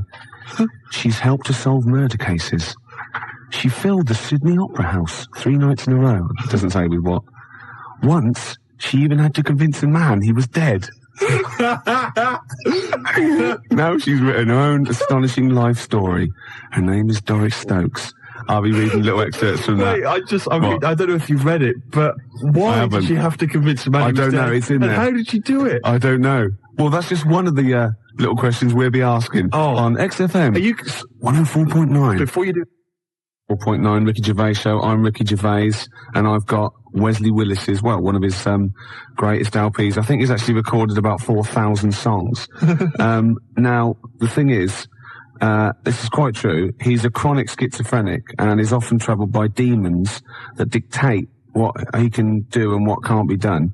The demons sometimes prevent Wesley Willis travelling on airplanes, telling him that his music is no good, and on occasion have forced him to destroy musical instruments. Now, can I just stop you there? I don't think it's demons telling him his music's no good. I think that's members of the public, anybody who's bought one of his albums. And he's released 14 CDs by himself. He just makes them up and sells them. It's fantastic. This is the first track on Rock and Roll Will Never Die. It's called Hootie and the Blowfish. Excellent. It's classic. It is. Hootie and the Blowfish. Hootie and the Blowfish. After High Llamas, I'll play Kurt Cobain. Excellent. Kurt Cobain. That's Kurt Cobain. That's actually by Wesley Willis. Really? Is that Wesley Willis? Yeah. Fantastic. Well, I'm going to try. I think he's written a song about Nirvana as well. Let me have a look on here. I've got the album here. No, I think it's on this particular album. Oh, no, you're right. No, Kurt Cobain is track 2. Track 3 is Nirvana. Oh, hold on then. Quite simply Nirvana. Perhaps we'll listen to that. I wonder if that's sort of different. I wonder what kind of interpretation he gives to that particular band. And I wonder how he sort of utilises it. I don't know how to work this machine. You don't have to do it? Well, perhaps we should leave it, Gervais. Come back to it. Don't feel pressurised. I know we're keen to hear Wesley. I know. But don't feel pressure. Look, it won't let me do it. There's no pressure on you. Gervais, I know you're getting a bit panicky now. I can see the sweat on your forehead. Well, why doesn't it do what I think? Well, why do I have to actually press buttons and it doesn't know what I want? No, but that's because you're not Doris Stokes, Gervais. You cannot use telekinesis to run this radio show. Oh, this should be. So is this? It's Nirvana. Very similar to. Well, it would be, wouldn't it? Yeah. Yeah. About 5,000 people were at the show. Right. Because it was awesome. It was a knockout. Nirvana. Yeah. He gets about, mind. He sees a lot of gigs, and he sees to know how many people were there. Well, it's 20 past 4. It's Ricky Gervais Show, and next is Travis.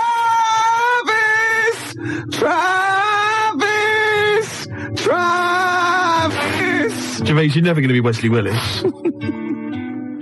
But I'm Steve, my chauffeur and researcher. You're meant to have found out why Doris Stokes had to convince a man he was dead. Gervais, I've been looking through Voices in My Ear, the autobiography of Doris Stokes, the famous medium, and I must say it's a fascinating read. It's not a biography, and it's by someone. Yeah, I know. It's not by Doris Stokes. Doris is too busy contacting the other side, Gervais. Yeah. But basically, let me just answer that. Yeah, on the back it does say that once Doris had to convince a man he was dead. It's not as interesting as it sounds. Oh. He was dead. Well, obviously. And she saw him, and he wasn't, she a big group of people, and he was like a ghostly figure, and he said, I'm not dead. She went, you are dead, get out. You've had a similar argument with someone once, weren't you, at a dinner party? Yeah. Yeah, you proved her wrong though, didn't you? Mm-hmm. Mm-hmm. So she just, that happens a lot though. Some people don't believe that, you know what it's like. Yeah. You go to the afterlife, no one tells you. I know. You're walking round, you're dead, about mate. Don't be stupid. You know. Exactly. She had to actually push the coffin lid down, apparently. It's Viagra he died of. I'm reading here about one of her first paranormal experiences. She moved into a house with her husband. There were ghostly apparitions there in the house, right? And it was haunted. She didn't mind. There was an old ghost called Polly. Yeah, it's lovely the ghost, yeah. Anyway, so Mrs. Johnson from nearby comes in, and she's making a cake basically, and she says, we chatted for a moment. Any more trouble lately with the ghost? So Mrs. Johnson, no, old Polly's been quiet for quite a while now, but the words were hardly out of my mouth when the bowl of eggs I was baking with was torn from my hands and hurled across the room. Oh. Instinctively, I dived after it, did a flying tackle. On the bowl of eggs. And caught it before it hit the ground. Now, I must say that Doris at this point has already lost a pair of tights. Oh, right? no. Polly's already had a pair of tights. Oh, no. Now the eggs are in danger. Oh, God. You can just stop that, Polly, I yelled furiously and slammed the bowl of eggs on the table. She'd already cost me a pair of stockings. She wasn't spilling my eggs as well. Oh, that's got to be a euphemism. That's got to be a dirty book. Doris Stokes Isn't it? there, fighting the paranormal. You can't lie with the dead to say what you want. Can we? Yeah. You can't libel the dead? No. So we can slag off Doris Stokes? You could say she drank buckets of, just after the break, we've got Oasis. You mean to tell me you can't libel the dead? You can't lie with the dead, no. I don't believe that for one moment. You can't, it's true. That's ridiculous. It doesn't mean you can say, there's certain stuff you can't say anyway, whether it's true or not. It's taste and decency, and you couldn't say Doris Stokes drank copious amounts of horse spunk, because you couldn't actually say that on the radio, because that would be offensive anyway. Could I say, I mean, Catherine Cookson died recently. Yeah. Can I say that Catherine Cookson used to bend over the sink and her husband would, I mean, can I? Well, again, taste and decency. I mean, you know, you couldn't be sued for it. Like, let's see, you could say Doris Stokes was a smackhead, for example. Right. You know. It's not very interesting, though. No, because it was true. Yeah, exactly. She used to jack up all over the place. Yeah, and she used to, I mean, the trips she used to take. Oh, all that God. nonsense about seeing and speaking to people on the other side. That's rubbish. She was off her tits. LSD, I know. my love. Yeah. Hello. Hello. Hello. Did you listen to it? Oh, listen to it, Yeah. and you told me you don't swear. What did I say? You said bastard. No, that's all right. That's not swearing. And it? No, it's allowed. It's illegitimate child. No, that's what you called up Steve. What did I say? You bastard or something. Why did I say that? I can't remember. Nor can I, know. Oh, I know, because his uncle bought him something and he told him he didn't like it. And he didn't appreciate it. No. Ain't that nasty, though? Old bloke, he's got wooden teeth, apparently. He got what? He's got wooden teeth. Oh, that's his granddad. His granddad's got wooden teeth or something, and he's got 3 left. And he said they have to cook meat for 8 hours so he can suck it. You're blinging terrible. I better start thinking of some things that happened to Bob, hadn't I? So I can get him involved. Well, he was a horrible little git. Who? Bob? Rob was. Well, what did he do? I remember he had you up the hallway with Peter Miller teasing you and dropped you on your head. I was dropped on my head when I was a kid. How old was I? He must have been 2 or 3. Dropped you up the hallway. And what did you do? Belted him. What did he say then? Dunno. What did I You only playing. I landed on my head, right? And what did I do? Was I unconscious or did I cry or? No, you thought it was funny. Good job I landed on my head, isn't it? Are you going to continue to exploit your mother on the radio for cheap laughs? Yes. You are? Yeah. That phone call, a lot of questions are raised. What? The first one, obviously, that springs to mind, you were dropped on your head as a child. Yeah. It answers a lot of questions. Yeah. Gervais. You know, I don't even know who Peter Miller is. Where is Peter Miller now? Who is he? Let me be honest with you. Can I just be honest and confess something to you? Yeah. I have been making inquiries because I thought you had Creutzfeldt-Jakob disease. I did. I thought you had CJD. I'm absolutely earnest and serious about this. Right? Because my dad once, we thought he might be ill, and we had it checked over, and it was terrible. It was a terrible moment. I felt sick. Yeah. And that's exactly what I felt like with you. Really? No.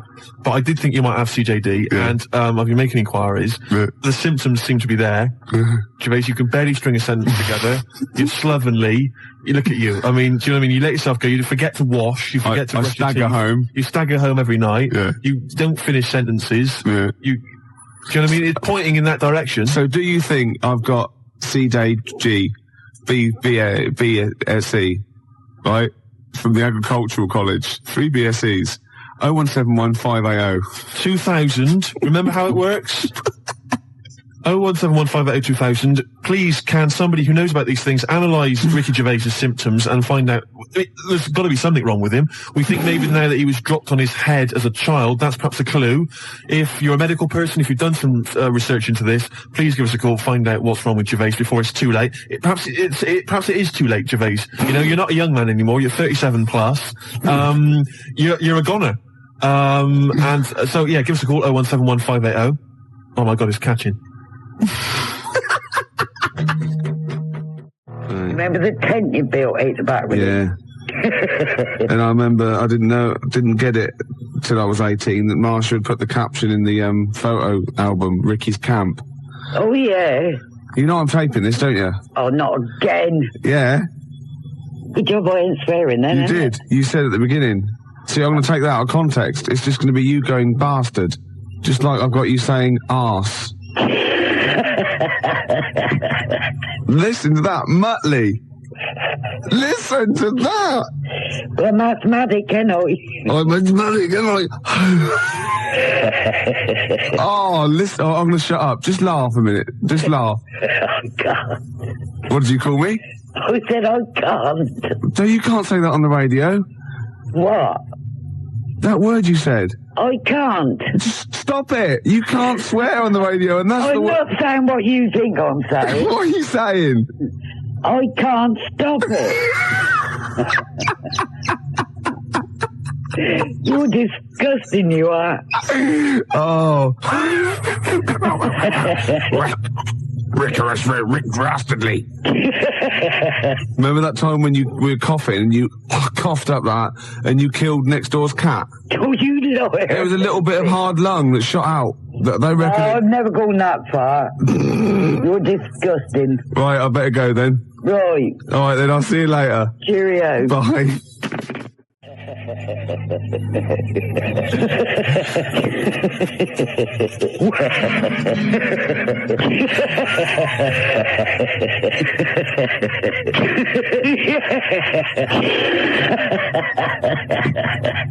Classic Smiths. It's terrifying. What? It really is. Your relations. I mean, all right. So my relations. All right, their faces aren't symmetrical, but at least I don't have wheezy, weird laughs like that. Yeah, I know, and drop people on their heads. Drop people on their heads. Right, I got to tell you, I wish I was taping today. She called me today. She went, "Ain't heard of you for a while." I said, "I called you last week." "No, you didn't." I said, "Well, just before Thursday." "Yeah." Anyway, I went swimming Wednesday. I went, "Did you? Where?" She went, "In the fish pond." Totally true. I went, "What?" She went, "I fell in, it was up to my neck," and I could hear my nephew shouting, "It's only 2 foot deep." Like, it's a little fish pond with it is. It's like it's not even 2 foot deep, it's about 8 inches deep. She went, "Well," I'm pissing myself. She's going, "Well, I was cutting back the lavender, right, and 3 frogs jumped at me." 3 frogs jumped at me. I know she meant, anyway, right, so, 3 Frenchmen hiding in your garden. yeah, that's what I was going to say. I thought, no, that's a racial slur. But anyway. No, because French people Yeah. do like to hide in lavender hide in and lavender. frighten 73-year-old Of women. course they do. They Everybody do. knows that. It's a well-known fact. Everybody knows I know that. They that. lurk around, Yeah. ready to attack. In And I'll tell stripy you, white and blue t-shirts and berets with onions. Yeah. Anyway, these 3 frogs. I mean, I'll tell you, who is it, that dead president of France? What's his name? With the big nose. Do you know what he used to do? Well, exactly. He used to drink bucketfuls of... Anyway, right? You can do it because he's dead. He's Yeah, gone. he gone. Anyway. So she went, and I went in, and I fell in, and I was sitting on the bottom, and it was coming up to my neck. And she went, and I tried to get out, but it was all algae on the side, and I kept slipping back in, right? So my dad says, "Lee, help your nan." And she said, and I got out and I said, "Put Lee on." I was speaking to my nephew. He said, she went into the pond, right? And she said she floundered around, right? And she got out and she ran to the kitchen. She dropped all her clothes and ran upstairs naked because she thought she might have leeches on. Leeches? She's not Humphrey Bogart in The African Queen. She said, "It wouldn't have mattered if it was ace full of company. I'd have still stripped off and run upstairs." Oh, she said, "I didn't drop the scissors." And she said, "I had to throw my slippers away." So we're laughing at the fact that your elderly mother Yeah. fell, slipped in a pond, Yeah. could easily have injured herself quite seriously. Who knows? now she could have sort of leeches. Yeah, she's probably got leeches. Any kinds of The Frenchman scarpered. There was no the sign French of are them. gone. Well, they're like that, aren't they? The French. All they found was they just left a beret. I'll tell you, the French. I mean, any sign of trouble, Gervais, they're out of there. Oh, I mean, they're letting God. it. Oh, I just like the idea of just running into the kitchen and stripping off just a ball of slime. And they're upstairs. I couldn't wait to get in the bath, she said. Yeah, and two ladies from next door, from the women's guild, just sipping tea. Oh, there she goes. There goes Mrs. Gervais. Naked as the day she was born, covered in algae. Oh, God. That's a Gervais for you. Oh, it's one of the most... Blood on the Tracks. And that was for, Doris Stokes. Oh, the late great medium Doris Stokes. Yeah. We'll play that for her. Yeah. Who apparently, Doris apparently was a prostitute. She was a whore. She was a whore. Yeah. You can't lie with the dead. You can't libel the dead. That's not libelous. No. No. Yeah. She apparently went at it hammer and tongs. All the with time. Anybody that had a check. Oh, yes. Gervais, maybe I won't. We've had a good 8 months in radio, haven't We've I? had a bit of fun. We've had a bit of fun. I was going to tell you about something, but what I'll do is I'll tell you in a minute. It's a short one, that. Is this the one? Yeah.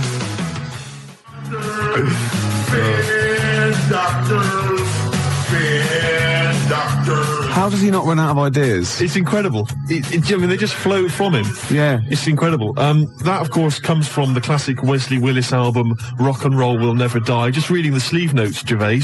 And Rock and Roll Will Never Die represents the best of Wesley's previously available material about rock musicians. His personal quote is, "This CD whoops the llama's ass with a belt." Not sure I know what that means, but anyway, apparently... Doris Stokes knows. Hey, you can't label the dead. No. Well, Wesley Dirty. says... Wesley carries copies of his CDs with him when he travels, just in case he meets someone with $10 in their pocket. Oh, excellent. And that's a beautiful track. Track 8 on that classic album, and of course, Spin Doctors. Let's hear a bit more. Instrumental break. Beautiful. You see, he's a talented musician. Very similar to Nirvana and Kurt Cobain and Hootie and the Blowfish. Yeah. Different sentiment altogether. Oh, it's completely different. This one is about the Spin Doctors. Hey! Yeah. Well, that's enough. That was for Laura. beautiful. Anyway, wrote me a lovely Beautiful from letter. Remember we listened yesterday, last week, sorry, I was going about, and we could do the best of Ricky Gervais. Yeah. So I could just, like, get bits off the login tape and package it, and we wouldn't have to come in. We could, like, sunbathe or something. And she said, maybe you could do, the best of Ricky Gervais, all the things that didn't happen. All the Yeah. things we said we were going to do, and then didn't. And, there are quite a few. There are quite a few, but she goes on as well, because we talk about reincarnation, and she believes in the Hindu view of karma. So if through your life you do good things, you build up your good karma, bad things, bad karma. Then when you die, they mount it all up, top it all up, and you're reincarnated if you do nice things. It's a wonderful existence. Lovely, probably good looks, everything. Everyone loves you. And if you're really bad, then you come back as something hideous like a maggot or a fish, and you have a horrible life. And the idea leads to wonder what you did that was so bad in your last life. I'm not rising to it. No? You're not baiting me. You're not baiting me. Gervais, can I just say, we've had some fun, we've had some laughs over the last couple of months. Yeah. But I'm a little bit sick and annoyed about all this slagging me off, claiming that I'm some ugly, grotesque freak of nature or whatever. Because we're getting loads of faxes coming in saying, "Steve, you're a freak, you're an inhumanoid," and all this sort of rubbish. And it's not true. And you've perpetuated this myth for a long time, and it's getting a bit irritating. It's winding me up. And as I've said to you before, I got into radio. I got into this broadcasting thing where the chances of becoming a celebrity are fairly strong. Right? I got into this in an effort to meet women, to get a lady. To get a lady. Yeah. You know what I mean? And it's not helping me out with all this. Well, I told you shouldn't pick careers based on whether you can get a woman. Well, like the gynecology thing. That's why that fell flat. Yeah, but that was going all right. I mean, I overstepped a few times. By just sort of remember I mentioned to that woman that we should just go back and sort of like a the first thing you say, exactly. And the other thing is someone could just say, "Way!" That doesn't put women at their ease. Right, yeah. You know what I mean? Would you, Mrs. Johnson, would you mind just taking your clothes off? Yeah. Hey, look at that. Say, look at that. Dear, can I film this for the lads? Yeah. You know what I mean? I did have, I ran into problems. This is Happy Mondays. Yeah. Kinky afro. But would you just stop now with the... Of course I will. You're a good looking fella. Wow. Oh, the classics, Gervais. I just got to thinking, I wonder if I think I mentioned this before, it'd be great to contact Wesley and get him to do a song about the Ricky Gervais show. Ricky Gervais! Ricky Gervais. Well, you've pretty much done it for us. Yeah. Beautiful. Gervais, coming in on today. He had a radio show. There was about 100 people listening. Yeah. Well, yeah. I think he's been a bit generous. Yeah. Gervais, I was on the tube coming in, and I got to thinking about, my lack of success with the ladies. And I could trace it back to something. Right, trace it back to a moment when I was in the last year of my junior school. Well, I don't know how old it would be. How old 11, something like that. We went to. You're only about 6'2" then, weren't you? Yeah, and we went to this sort of place in Cornwall, sort of an adventure camp. We stayed there for like 3 days. That was like the Riviera to you, wasn't it? Exciting stuff, and we had lots of, all sort of climbing frames and like adventure courses and abseiling and all the rest of it. And in the evening, what they'd do is you'd go in and they'd have like a little disco every evening, a little disco, right? And I remember they played that tune, that theme music from do do do do do do do do do do do do do Jan Hammer, whatever that was called. No, it was Axe Left. Beverly Cop, yeah. Remember that one? It was, we're only bugging. Bug. It was that as well. That was a big tune. And also, Living Doll by Cliff. And the young ones. And we'd all queue up. Before we went on the dance floor, we'd all queue up and they'd give us little cups of soup.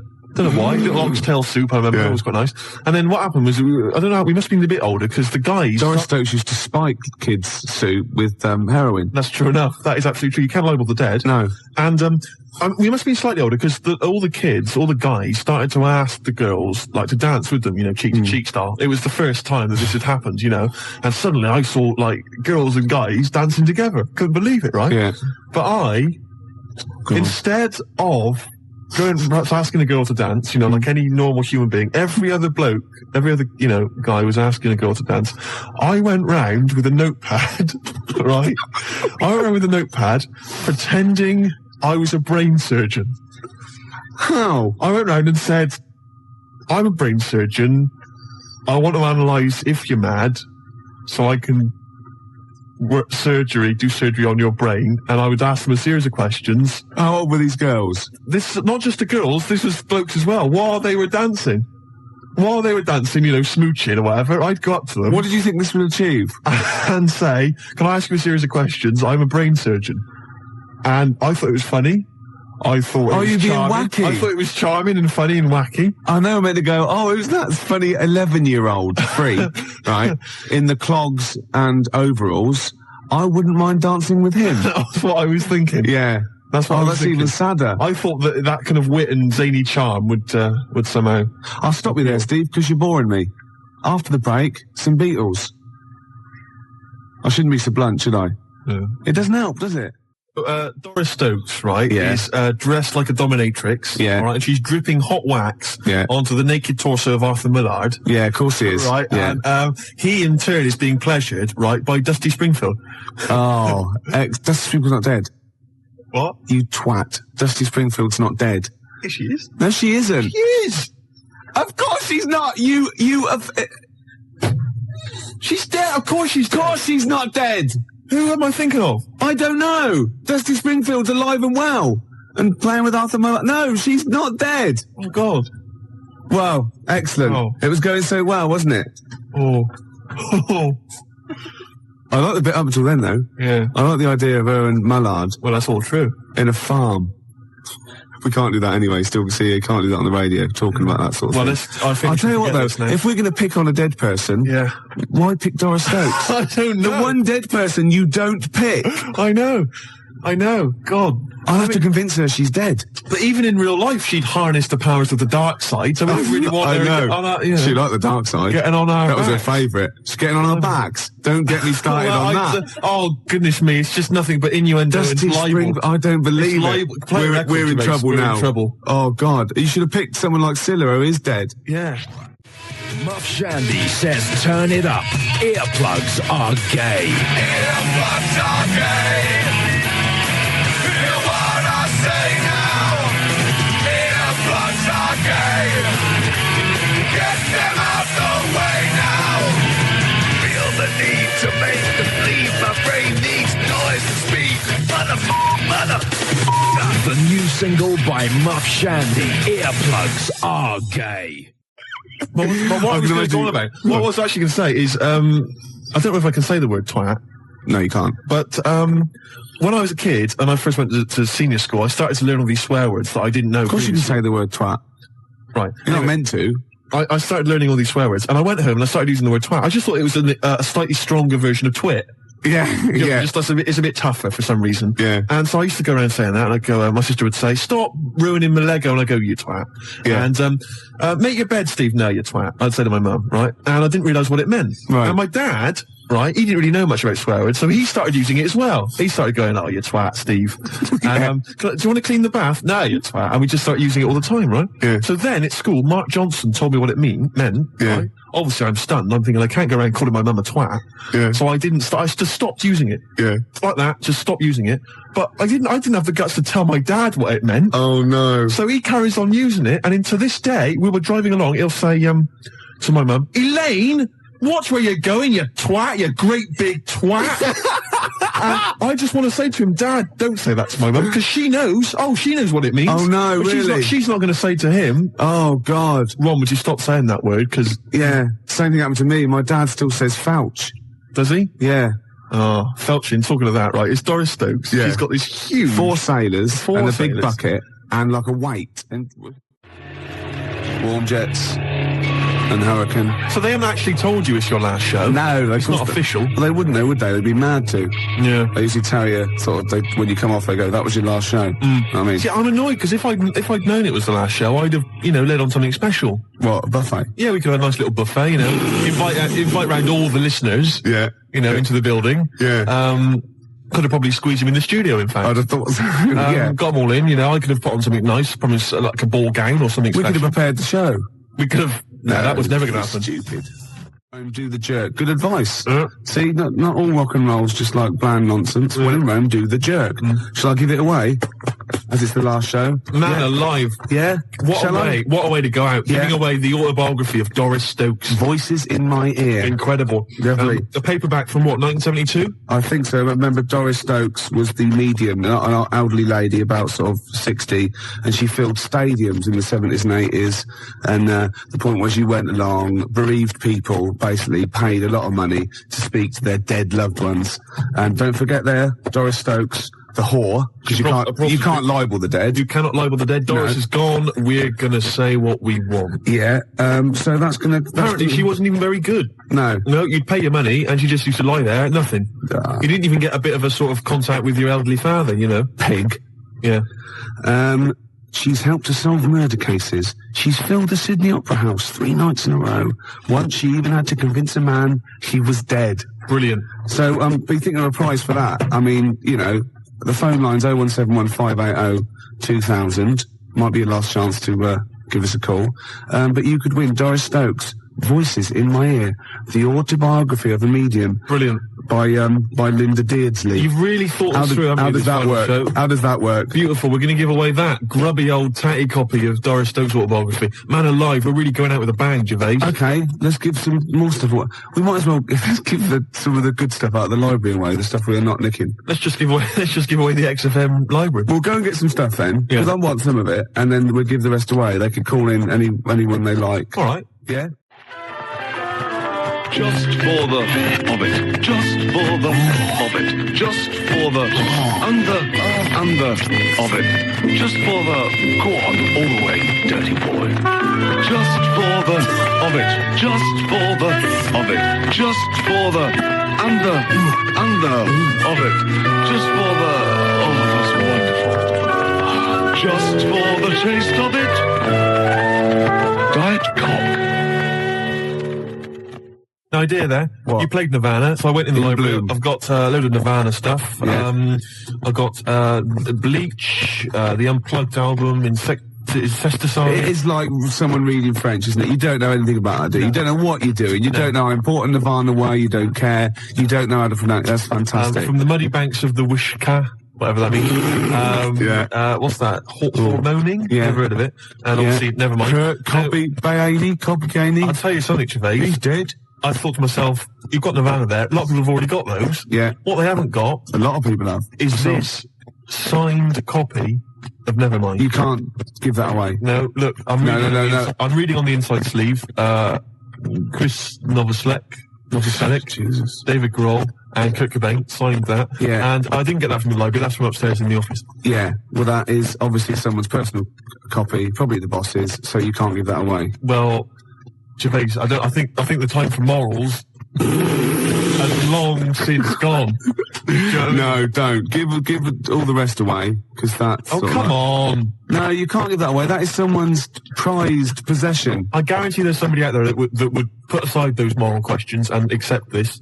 What, you mean you're going to ask people, do you think you should have it? Yeah, 01715802000, do you think you should have it? Even though it's someone's prized possession. Mind you, so is this radio station. There's a fact here. If there was one man I would like to be stuck in the Stena stairlift with, it would be Steve. How about it, honey? Love, Thora Heard. Oh, beautiful. No, it's good to know Thora's listening. Yeah. Thora has got a finger on the new music pulse. Yeah, she's got one finger on the new music pulse. She's got the other on that emergency buzzer thing in case she has a fall. Your hip would break. I think it's a fake. Do you? You see, you can libel the living. Oh, right. Yeah. Let's leave it a few months, and then we're... I got a break here, then some... oh, no. We're never working radio again, that's the thing. Just for the of it, just for the of it, just for the and the of it, just for the, oh my word, you dirty old slapper. Just for the of it, just for the of it, just for the and the of it, just for the, go on, convince me I'm dead, you hoe. Just for the taste of it. Doris Stokes. An hour to go, Steve. Yep, it's going very well. I've got one of these live read things to give away. It's good, actually. Got 2 pairs of tickets to give away to the Llama Farmers gig at the 100 Club, 2nd of July. And they're supported by Seafood and Gel, and they're both good bands. I know you've no idea. The 2nd of July? Yeah. That can't be right. It's the 10th today. Yeah, but when I say 2nd, I mean 16th. Right. See what I was doing there? Right. I was just taking 14 off. Right, of course. Yeah. As any professional DJ would. Of course you do. Do you know that? Right. Do you know that you take 14 Is that off? in the DJ handbook? Yeah, I take 14 off.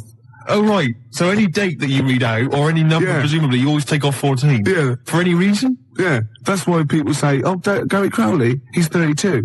Right. See what I mean? They've taken off 14. Yeah. I understand. Carry on. Sorry to criticise. At the 100 Club, on, well, when I say the 100 Club, right. the 86 Club. Sure. The 86 Club on Oxford Street on July the 2nd. Yeah. Right, yeah. Which is, actually, that's just 5 days away. Yeah, incredible that. Oh, 01715802000. It's beautiful, isn't You know it, what I mean? Gervais? I can't believe I haven't got a job at the end of this. Oh, God. They're going to sack you, and it's the most justified sacking in the history of man. Can you imagine going to the European Court? Going to the European Court. I was unfairly sacked. Gervais, I'll stop you there. Yeah, the judge would go. Yeah, he's European. Ricky Gervais. Yeah, XFM. Well, yeah. Yeah, okay. Yeah. Take the book and you read this. Of course you can't, can you? What's that? No, forget it. Yeah. I swear to tell the truth. Oh dear. Under an hour to go. This is for you, Steve. This is, Stevie Wonder. No, I love it as well. It's a great choice. And, it's just to say thanks because, you've been good for me. Cheers. It's been great. I couldn't have done it without you. No. And I just think, if you'd have been sort of normal looking, or you could have got a girl, it wouldn't have been as funny, because that's been most of our material. Let's be honest. You know what I mean? So just don't ever change it. Okay. That song as well, Blood, Sweat and Cum. Let's have a listen. Can you play it for me? Yeah, okay. Got Canfield to voice it, because he's a bit like Vance. Hold on. The stunning new single from Brain Mangle, Blood, Sweat and Cum.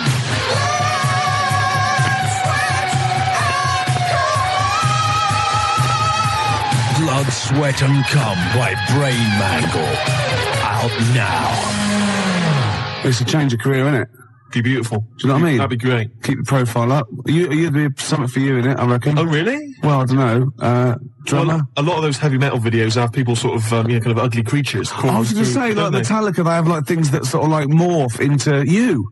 Exactly. That'd be amazing, wouldn't it? That'd be great. I can see myself. That's a new career opening up for me. Oh God! That'd be amazing. I'd be in, like, horror films. He'd be like the special effect that isn't a special effect. I know, but they'd save so much money. You wouldn't need like computerized morphing stuff. You wouldn't need like makeup, prosthetic makeup. Oh, that'd be amazing. I could become a star of zombie films. Oh God! Do you know what I mean? Seriously. But we'll do the heavy rock thing first, yeah? All right. So anyone out there, any rap company, I'll do Earplugs Are Gay or Blood, Sweat and Cum.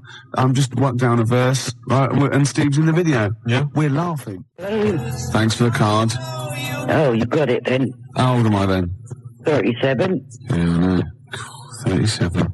Yeah, soon be 40. Yeah, all right. You're cracking up the hill then, boy. Always begins at 40. Yeah? Yeah. What happened when you were 40 then? I started going out with Joan Johnson after I've been locked in for 20-odd years. Well, thank God she was the youngest. Eh? Why? The last one. Who knows what the next one would have been. Well. Been catastrophic. No, go on, keep going. Catastrophic. One more go. Catastrophic. You haven't got your teeth in, have you? No. Oh, you filthy animal. Oh, you haven't got your teeth in. I'm just eating my dinner. You're eating your dinner with no teeth? No, I took it. I've eaten my dinner. Oh, that is disgusting. So why did you take your teeth out for then? We have to wash them. There's nobody here. Only your father and he ain't anybody. Oh. Do you still crimp the pastry with your false teeth? Because that is disgusting. Oh, no. Darth Vader. It's like Darth Vader. You are disgusting, Rick. Oh, God, I can't believe you haven't got your teeth in. Well, it's difficult to say catastrophic. Oh, God. Well, let me hear you say it. Catastrophic. That's it. Yeah. That's what I meant. Yeah, I know. Right, all right then, I better go now. Right. Right, see you later. Cheerio. Bye. Best ever, Ricky Gervais show. Almost certainly. Almost. That was for Becky, who's having her wisdom teeth out tomorrow. Don't envy her. Oh, no. No, do you know what they do? What they do is, right, they tie you down and like, you look like Harold, and no, it's fine. They've got anaesthetic these days and everything. Apparently so. Not in Bristol though, do Not they? in the West Country, no. They still tie it to a door? Well, to be honest, if you've got dodgy wisdom teeth, you're a witch. It's as simple as that. It's as simple as that, Gervais. You know, they wheel you out to the ducking stool, Bob. Yeah. And he still works there, does he? Yes, he does. Yeah. With his two brothers, also Karl. called Bob. I know. Get on with it. Get on with it. And this is a different Becky and Laura. They wondered if I showed you those nice pictures they sent through. Oh, what were they of the apes? The apes. Yeah, you didn't laugh, did you? Brilliant. Well, that's you, Steve. Ha, ha, ha. I got facts here from Bernard. He says, I'm a regular listener and I want to know, why is Ricky being taken off the air? Bernard, if you don't know the answer to that, you're not a regular listener. Which is a shame because we've had a few other faxes and stuff. I had a letter. This is the first letter I've had for years. It says, we love Steve. We pledge our alliance to all forces amphibian or insectile, and we worship the grand fish monster. So I'm getting kind of positive mail like that, and it's too late. It's too late in the day. That is positive. That's a lovely letter. A lot of people, most people would like, to be called the fish monster. Yeah. Oh, that's Believe fantastic. me, that is a sign of affection. Yeah. Michael Schumacher's won the British Grand Prix in a very confusing finish. Matt, can I stop you there? Have you got any, like, fun stories? Yeah, Matt, haven't you got any sort of, like, Two Ronnies style news stories? No, there's no fun. It's news, there's no fun. No, Two Ronnies style, like, a man with a meat cleaver has been terrorising nudist colonies. Inspector Wilson of Scotland Yard has had a tip-off, but he expects to be on duty tomorrow. Or like Scotland Yard had all its toilets stolen, police have anything to go on. That's what we want. That's what everyone's after. Oh, right. No, nothing as interesting as that. Okay, go on. Well, carry on. Carry on as you are, sorry. Okay, right. News with nothing really silly. I'm Matt Johnson. That was good. That was good. It's all right. Yeah, you want stuff like a lorry load of wigs has crashed on the M4. Police are combing the area. That's what you're after. You're in news. Can you libel the dead? I'd rather steer clear of any controversial comments, if you don't mind. Okay. No, I didn't mean you. I didn't expect you to. I don't think you can, but I'm not sure. What do you think of Doris Stokes? I think she was a very talented lady who brought joy to a lot of people. That's fantastic. So you don't think she's a prostitute? Absolutely not. Steve? Yeah. You know we gave away those CDs. Hey, great giveaways. Just good radio, isn't it? We've got CDs to give away. Tickets and that's good radio. Do you remember who won them? What, last week? Yeah. Well, no. Right. I've got to get them back. What, are these the CDs that we took from the library? Yeah. I've got to get them back. 0171 580 2000. If you won those CDs, could you give us a call? Well, why should they bother? They're probably busy listening to them. Do you know what I mean? You can't give something away and then take it back. Yeah, I need big time. I've got to get them back. We've had a bill for the computer as well. That's mine. No, it's not yours. It is mine. It's not yours. I procured that. That is mine now. No, that technically counts as ownership. Listen, Gervais, it's not yours, all right? I've told you this before. I've explained this to you 100 times. What? All right? If you urinate on something, yeah, it is not yours. It does in the cat world. That's what cats do. That is what cats do. They go around their territory. That's theirs. They urinate on it. That computer's mine. If a cat urinates on something, right? Yeah, in its cat philosophy, it owns that. I agree. That's a sort of what do you call it? A sort of territory thing. What's the difference? You're not a cat. No, I know. You're not a cat. That's discrimination. No, you're not a cat. You can't live life by cat rules. Well, I've got loads of stuff like that. My flat's full of stuff that I've got like that. What? Yeah, I've got 2 telephone boxes. Right. I've got a cash point machine. Yeah. Glyn was furious. He was getting out money. Right. Side of a church. That's yours. Yeah. 2 BMWs. Well, I had 2. I've got 1 now. What happened? The second one, the owner caught me and he started doing the same. And because I started first, I finished first, so he finished last, so it was technically his again. Is that how it works? Yeah. If I piss on something, then that's mine. Yeah. But if someone else pisses on it, then that's theirs. Yeah. Is that how it works? Could you say urinate? This is XFM 104.9. Not yours. They are. They're not. They're my shoes. Yeah, and they're mine now. No, they're not. I can't believe. This is why I don't want to do this anymore. Why? I can't believe you. They're my shoes now. That is ownership. That counts. In the cat world. They're my shoes now, and some of the carpet is mine as well. In the cat world. Yeah. Wow. You cannot live your life by the rules of the cat world. I can. What does your girlfriend? What's this? Oh. Not many people can do that. Go on. You see, because I just think it's a wonderful thing. You know, the YMCA doesn't get enough publicity, good press. Yeah. And the village people did them a favour. I mean, why on earth they wrote that song? Well, to publicise the YMCA. I mean, who thinks, I don't know, people have done the police force, you know, they've done... Hold on, wait a minute, this is very good, but I think you mean this, that you don't know what that song was, you think that they were actually some sort of advertising for the YMCA, were you? Well, I don't know, it just seems really odd to me. Well, if I remember at the time, the YMCA complained at the time because of the connotations. It's just a PR thing for the YMCA, I imagine. It's like that one that in the Navy. Yeah. You know, the sort of PR thing for the Navy. It's just bizarre. When they were dressed up as sailors and stuff. Yeah, well, whatever. Whereas usually they sort of like construction worker with a nice moustache, aren't they? Yeah. Traffic cop. Yeah. Jumpers. And, what? I'm worried about the Red Indian chief. Am I supposed to be supposed to be reading between the lines or something? Well, I don't understand. I mean, I don't really understand. I mean this seriously. Okay, I don't right. understand what you're talking about. Okay, this is fine. Well, that's it. Obviously, there were gay connotations. It's like a gay icon record, isn't it? YMCA in the Navy. That was the point of it. What did you need? One of them dressed as Judy Garland. What? I don't understand. What was your problem with that? What? But I don't understand why that suggests that people are gay. It doesn't necessarily. It's like, it's high camp, isn't it? It's been adopted since as well. But the 4 of them, there's a guy dressed as a motorcycle cop. There's no reason why he should be gay. There's no reason why anyone should be gay. There's a builder. Yeah. Alright, so no builders are gay ever. There's another one, I can't remember what the other one is. Right. And then there's a Red Indian. Why on earth the Red Indian is supposed to be an icon? I don't know about that. I have no idea. I'm flummoxed on that one, I'll be honest. So what I'm saying to you, Gervais, is if you're going to if you can talk about gay people, then why don't they use the cliches? Why isn't there a hairdresser, Right. And because it's probably the sort of cliches that even scene gays want to get away from. Also, you're confusing camp, ITV gays with real homosexual people who live normal lives. if I'm going to write a song about gay people, I'm going to have a hairdresser. Yeah, you are. In order to, all I'm You saying are. is, in order to appeal to a gay community, I'd have a hairdresser, John Inman, Larry Grayson, Obviously. and I don't know. Well, you wouldn't have Jason Donovan then, obviously.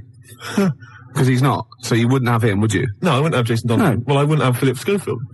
Well, no, I there's wouldn't no even have. reason to. I wouldn't have Andy Peters. Right. I wouldn't have Andy Peters. Okay, I'm getting scared. Shut up! I would not have Andy I'm Peters. getting scared. I would not have Andy Peters. I've been watching a lot of telly over the weekend. All right, go on. Yeah. Been fantastic. Well, my favourite. I don't know if you were in the week. I was briefly telling Claire about it. 3, 2, 1. Now, it reminds me, talking of gnomes, he said to me in the week, he went, did you see that programme on telly last night about dwarves and fellas without legs nicking cars? And I went, no. He went, it's amazing, right? Because they haven't got legs and that. They scoot along and they can nip into a car like the Dukes of Hazzard. Explain more, Carl. No, you see, I didn't see it. Someone else told me about it. Oh! That's what I said to you. I said, did you see it? Because I missed it. And it's about these little fellas, who, specialise in car nicking. And the thing I wanted to know is, because this lad who sort of only watched half of it. Is he like you? Well, I said, I can understand how it's easy to get in, but then how do you get away? Because you can't reach the pedals. Yeah. Can there be two of them? But presumably he opens the car for someone else. What is it? What do you mean? What? So he's steering and he's like, right, press the brake a bit. And then there's one that's just legs, but without the top half. I don't understand how this helps them though. Why does this make it easier for them to steal Because they can cars? just get through the window really quickly, like in the Dukes of Hazzard. What? Because their legs don't get in the way. Right. Do they just run? And just...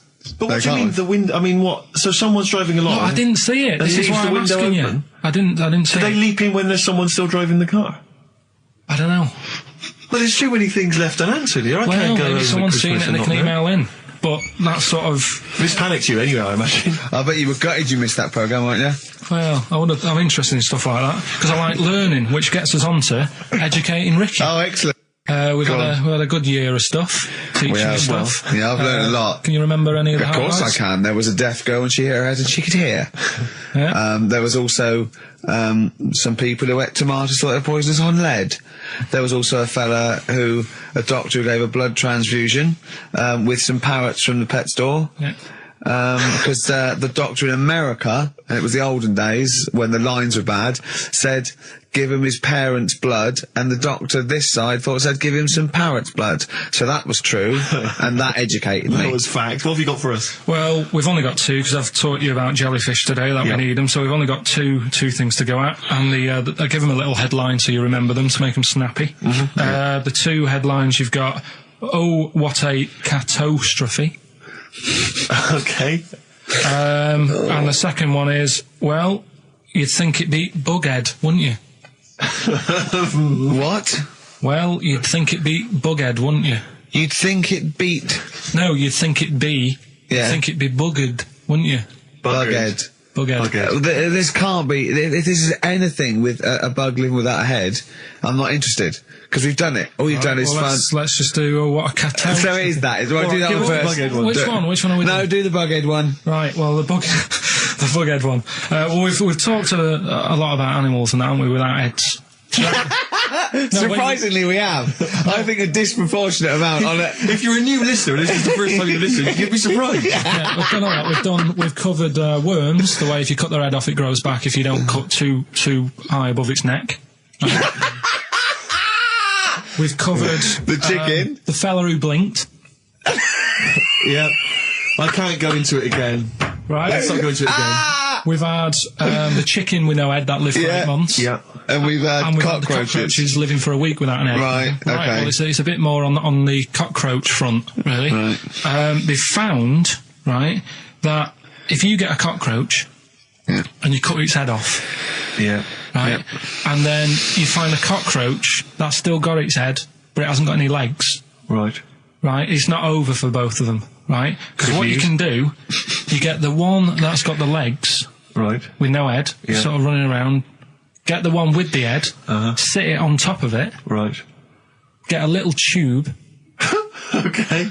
So that the fluids. So is this auntie's go out of the room? Finish. This is like Blue Peter. You can get this for Christmas. Right, you get a little tube. You sit that on top, so the bodily fluids are still running between the two. Right. The head of the one on the top will control the feet of the one on the bottom. Okay. What about that? Good. And will it continue to live? Yeah. Okay, you don't know that for sure, do you? That was just a question out of the blue he wasn't expecting. Well, what do you think of that? Good, yeah, it's great. Yeah, just a primitive nervous system that can, yeah. Did you expect us to be more impressed and excited by that? Did you fall off your chair when you read that? Did you literally topple off? Going, did you think you were going to be the Frankenstein of the insect world? Yeah. No, I just was thinking if they can do that, you know, with them, can they do it with humans? Because I also did a bit of research. Of course on. you did. Did you come to the sort of conclusion that apart from the moral aspect of it, that the human was probably more complicated than? Yeah, but do you know what I mean? Things move on, don't they? Do you know what I mean? Science, Rick. You know, I had Binatone as a kid. Now they've got PlayStation 2, and the difference in 10 years They is have amazing. found that if you lose your head, a cockroach can live normally on your body, but not the other way around. Your head on its cannot control its legs because it's too complicated for your brain. Well, so, yeah. Well, so then other research, because I thought if you don't learn from that, I'll give you something else for free, right? Go on. Free. That they can clone people. The only reason they don't do it, right? Say if like Ricky needed a lung, right? They could clone you and make you the same, but the only reason they don't want to do it is because it'd be a bit horrible, wouldn't it? So and it would take sort of 18 years for me to get an adult lung. And there's all kinds of moral implications. Yeah. What do you mean, yeah? You hadn't thought that? Because lest we forget, Rick, he ended with the only reason they don't do it is because it's a bit horrible and that. Which scientist said that? Right, let's leave That's a quote. Right. That's not it. That's not the other one. That's it. No. That was just, you know. We've got another one to come. Oh, I can't wait. The headline again. What was the headline? The headline. Oh, what a catastrophe. Looking forward to that. Mark.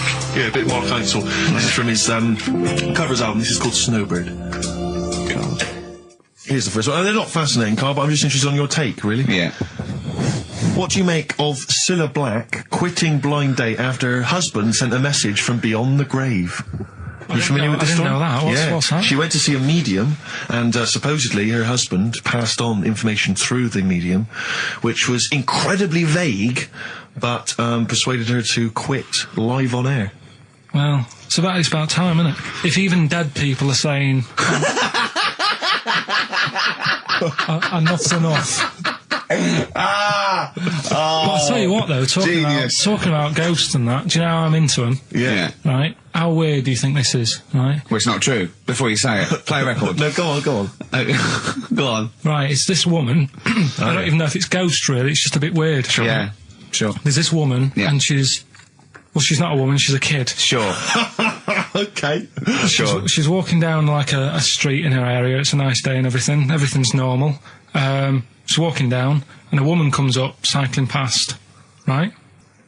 The woman on the bike looks at the kid, absolutely terrified, right? Got a really scary face on her. Yeah. The kid's thinking, why is she doing that? Yeah. Right?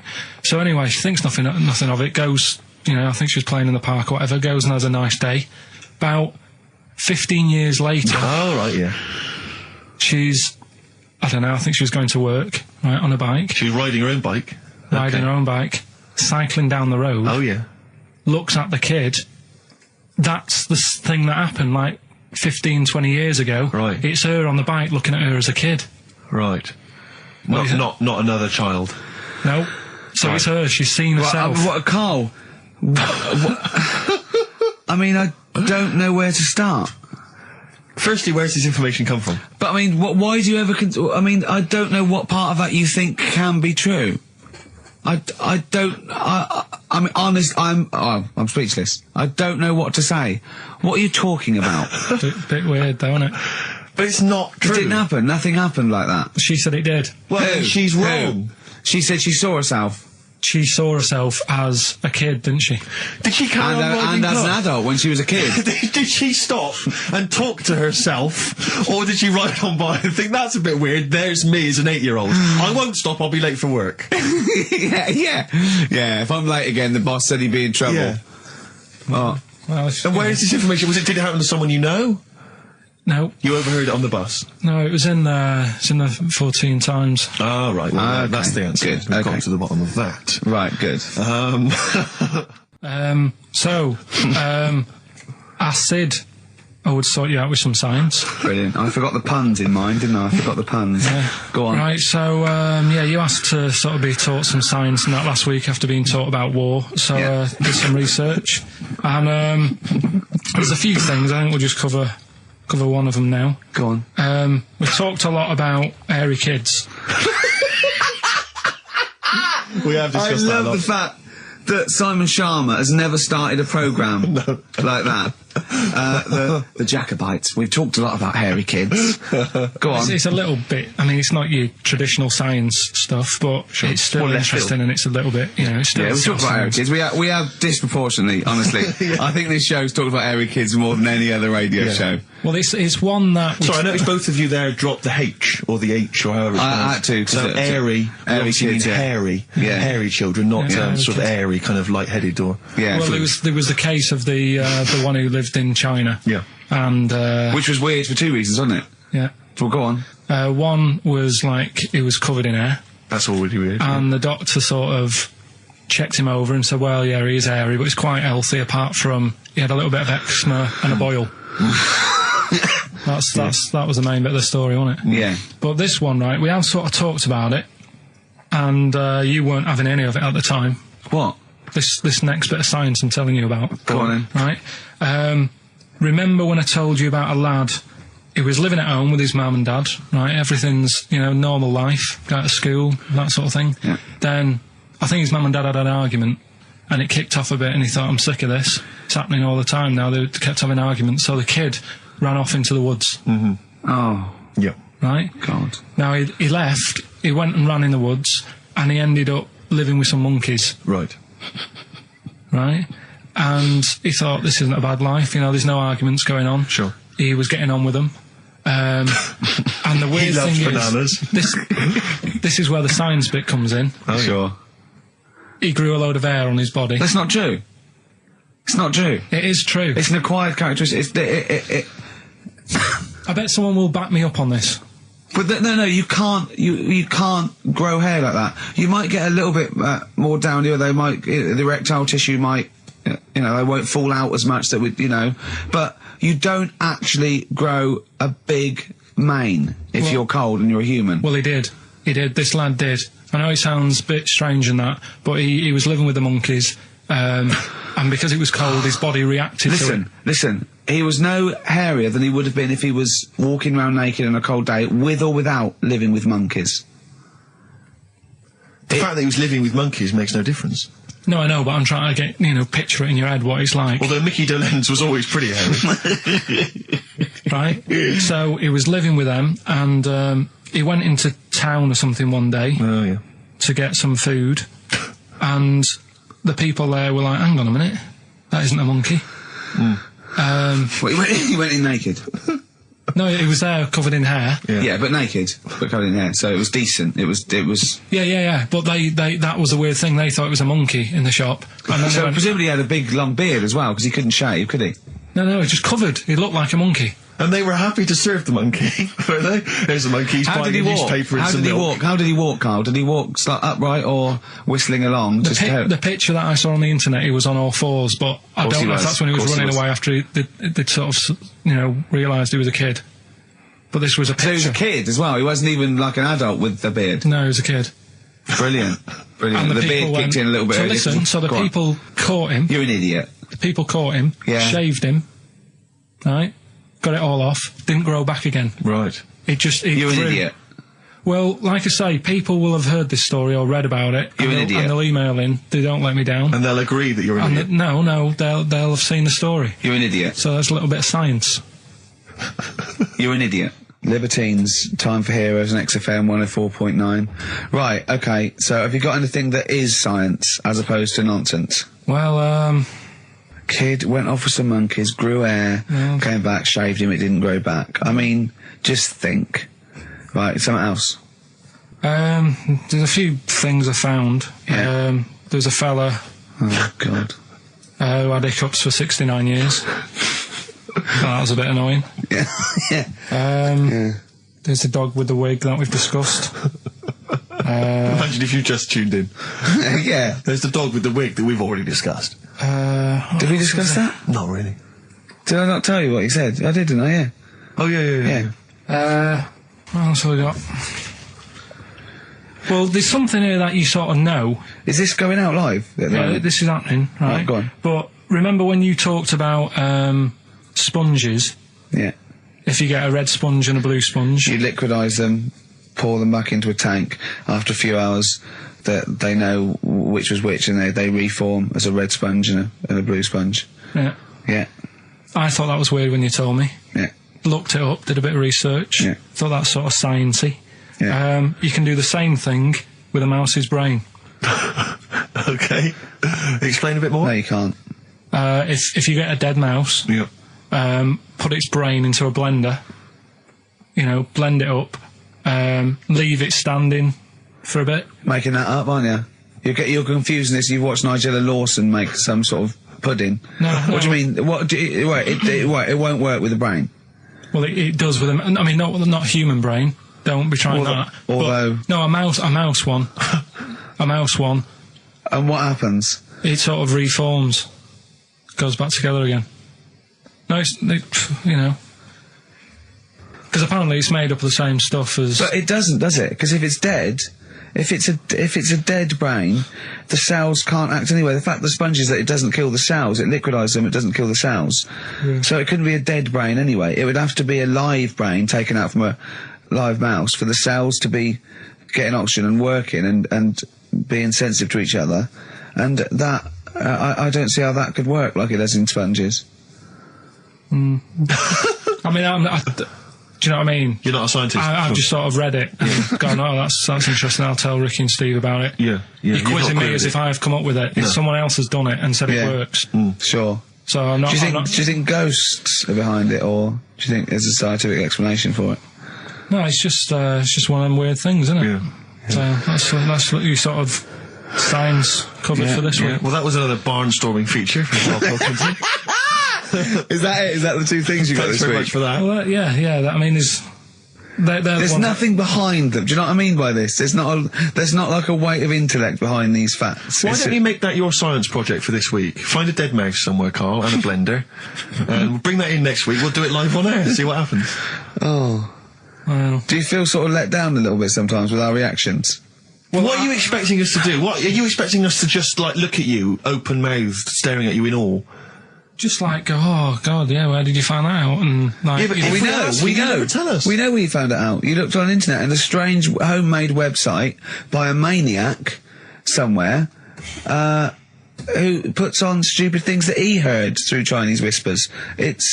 That's where you get your information from. I doubt that anything you've ever come up with is verified. If it is, it's luck. But what do you expect me to do for you? Do you know what I mean? I'm just...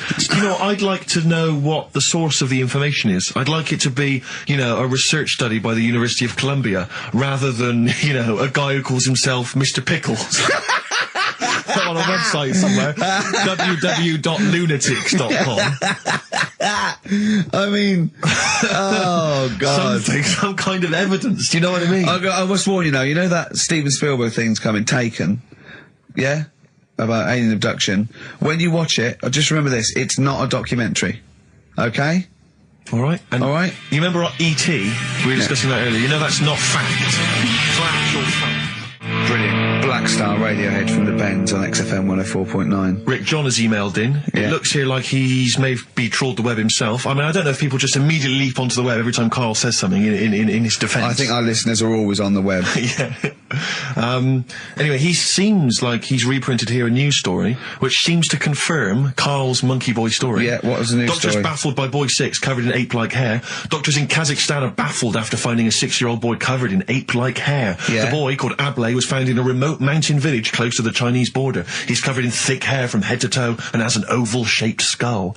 Doctors suspect nuclear radiation or a genetic disorder may be responsible. Fine. But this is an interesting bit here. But sorry, it's not that you could have genetic defects. I've seen lots of people born with long noses, 5 feet, etc. I'm saying You've that been he to wasn't Bristol, normal. he wasn't normal, and then went to live with monkeys and grew the hair. Well, that's no, my true. point. But it says his mother and father are distant relatives. Such marriages are common in the Kazakhstan mountain hamlets. Now, the village elders were consulted as to what to do with him, right? Now, these are the village elders. These are the wise men of the village. These are people, presumably, that all year long are telling the village how to live, how to survive. Yeah, you're what in to charge do. because you've lived longest. Yeah, exactly. You presumably are solving any kind of moral conundrums, Yeah. any sort of awkward things. Do you know what they suggested that they do with their hairy son? Go on. Send him to the circus. The Carl's nodding. Put him in the circus. That was what they suggested, and the mother actually wanted him to go to school. Instead, there's a, I instead don't know, of circus. school or circus, I don't know. We don't know what's better for him. Exactly. I'm not sure. We must consult the elders. What do you think, Carl? It's not a bad life, is it? What, the circus? Yeah. Well, you ran Kids away will from love it. Yeah. Love it. But remember that thing that I saw about that fella who, I don't know if you should talk about it really, it's a bit... Go on. Tell us now. You've hooked me. Come on. You can say it. It's okay. What, are you worried that it might be insulting to someone? Well, it's not nice, but... Well, you're not taking the mickey out of it. You're telling us... Go on. It's just, it was in that book again that you got me. You know, the book full of weird people. Go on. And things that are wrong with them, and hairy people, and... Yeah. Lad with 3 legs and that. There's a fella... basically just a head and a little body on a skateboard. Yeah. Right? Picture of him having a shave. And he was shaving with his mouth bit. With his tongue. Like that on the radio. Yeah. Carl is now doing an impression of a man shaving with his mouth. Yeah. Well, it's just a head, bear in mind. He's doing an impression. Imagine a head with a very tiny body on a skateboard shaving with its tongue. That's what Karl was doing. And he was depressed because he kept getting hats for Christmas. But if you were him, you would just grow a beard, wouldn't you, rather than... Oh, Well, rather than go through all But that he get hassle. it caught in the wheels of his skateboard. For its own good. I do want to trial this new film quiz we've got because it's. I mean, I'm excited. I think it's the best competition we've come up with. To be quite honest, I mean, Karl, you agree, don't you? It's all right, yeah. Yeah. It's a film-based quiz. Right. We'll play you a clip from a classic film. I can tell you the film we're going to play. It's The Sixth Sense. Right. And there'll be a question afterwards, and you can win The Sixth Sense On DVD. Yeah, not the ability to sort of tell when someone's behind you, but just No. this film. You know. Do you believe in sort of like extrasensory sort of perception and stuff, Karl? Ghosts and that. Yeah. Yeah. Of course you do. Of course you do. Not ghosts, no, the fact that people maybe can sense, beings. There was a woman in on the Christian's breakfast show, right? Yeah. Blind woman. Right. Clairvoyant. Her name? Forgot. But she was a bit useless. She was a bit useless. I'm always worried about what's going to come out Yeah, of I'm Karl's worried mouth. what you mean. What? Do you know what I mean? She's a bit rubbish at being a clairvoyant. Yeah. Right. I mean, I think if you're not that good at something, don't go on the radio and do it. Karl, you better leave. So, what... Sorry. Well, she was saying, So like, what was the relevance of her being blind? What was that for? What did you I tell me? just thought it was a bit weird. I think she was using that because the fact that she can't see living people, but she can contact the dead ones. Yeah.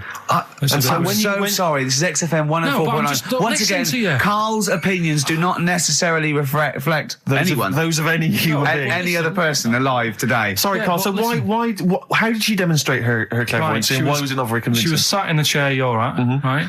And people called up and said... I sensed that. Weird. They called up and they said, right, can you have a word with me, Gran? Yeah. And she goes, yeah, she's dead, isn't she? And it's like, yeah. He goes, oh, and everyone's like, oh, she knows her stuff. It was 50-50 to be fair. Yeah, and especially with a gran, because the person sounded about 35, so the chances are Yeah. they haven't got a gran anymore. Yeah. And it was just Unless it's like, the fellas from Busted, because they, in the year 3000, they've only got to a great-great-granddaughter, and that's 1,000 years, so presumably, they can live a lot longer. Yeah. I just wasn't convinced anyway. I don't want to diss her because, she came in and she did her stuff and if people believe in it, I'm not going to put it down, but it just was a little bit odd. You believe in it? You just think she didn't have the real power as opposed to it being rubbish? No, whatever. But yeah, I don't know what we were talking about there. So we've got the film thing going. Right, competition time. Brand new competition we come up with. My favourite we've ever done, I'll be honest. And a great prize, The Sixth Sense. You get a clip of a great film and then you get to keep the great film. Now, I'll just explain this competition. I think Karl is a little bit of a frustrated actor.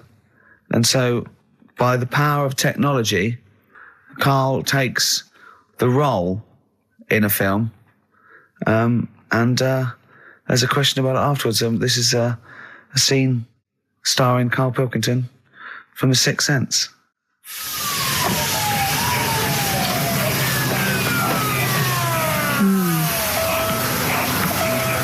Jeez, I hope nobody got hurt. Be all right? You're very quiet. I'm just thinking about stuff. That's all.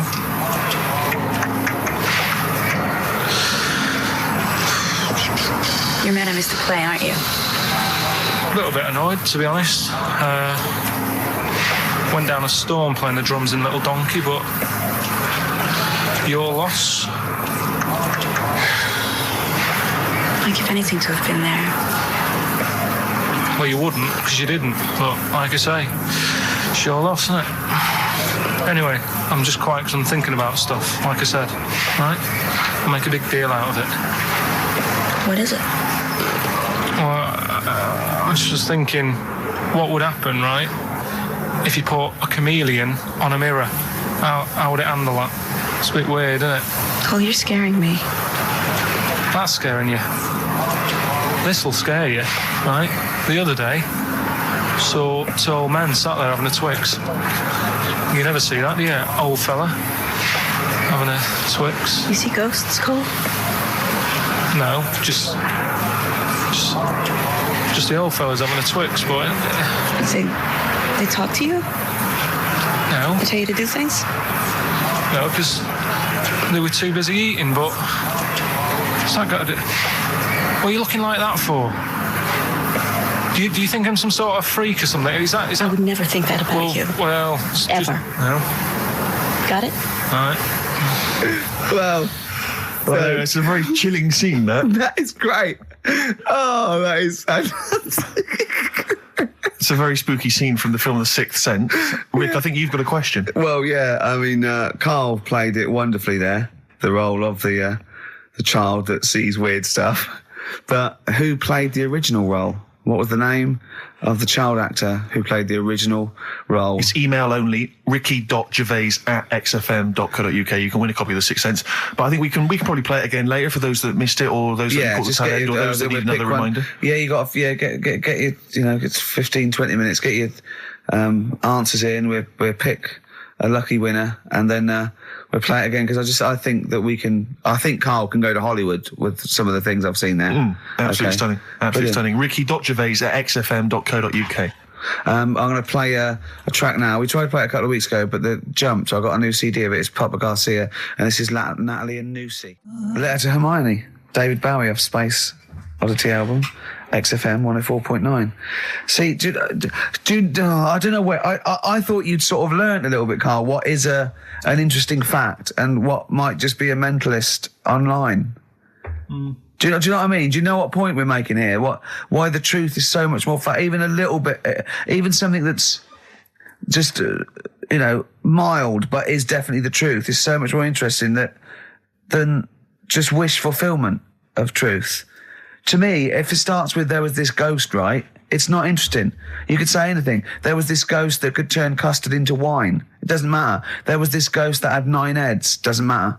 Doesn't matter. There was this Carl's looking at you going, there's a ghost that can turn custard into wine. Yeah. It doesn't matter what you say after that. There's a ghost that can swallow alligators whole. The premise means it's not true to me. Do you know what I mean? It's like people say, you know what? God, right? He's incredible. I'll stop you there. The fact that you can make the Earth in 7 days, well, you've lost me already. Do you know what I mean? Whereas someone says something like, you know, a cockroach can live 5 days without a head, that's interesting. That's interesting. Right. Do you think when you die, they say you're a ghost? This is going to amaze you. You can go and you can spook people out. Yeah. Do you like custard? Come over here. No. Well, if you don't, you don't. Do you like wine? Of course I do. Oh, you are going to love it. You're going to love being dead. You're going to love it. I've lost all my loved ones. Yeah. Do you see what I mean? It's what your sort of beliefs are based on. Mine are sort of on, I suppose, logic and science. And so I'm amazed by the world and. So the Iceman, why does that amaze you? What's like? Oh. Well, they found some part of our preserved past.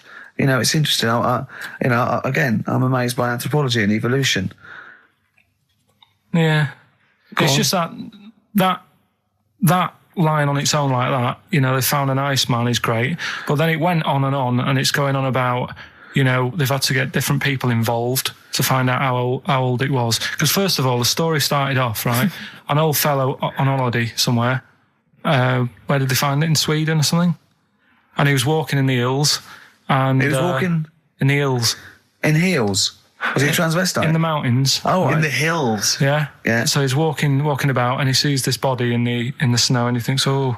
So he calls the police up, and they come and have a look, and he goes, oh yeah, it's probably a murder. So then they dig it up and find out.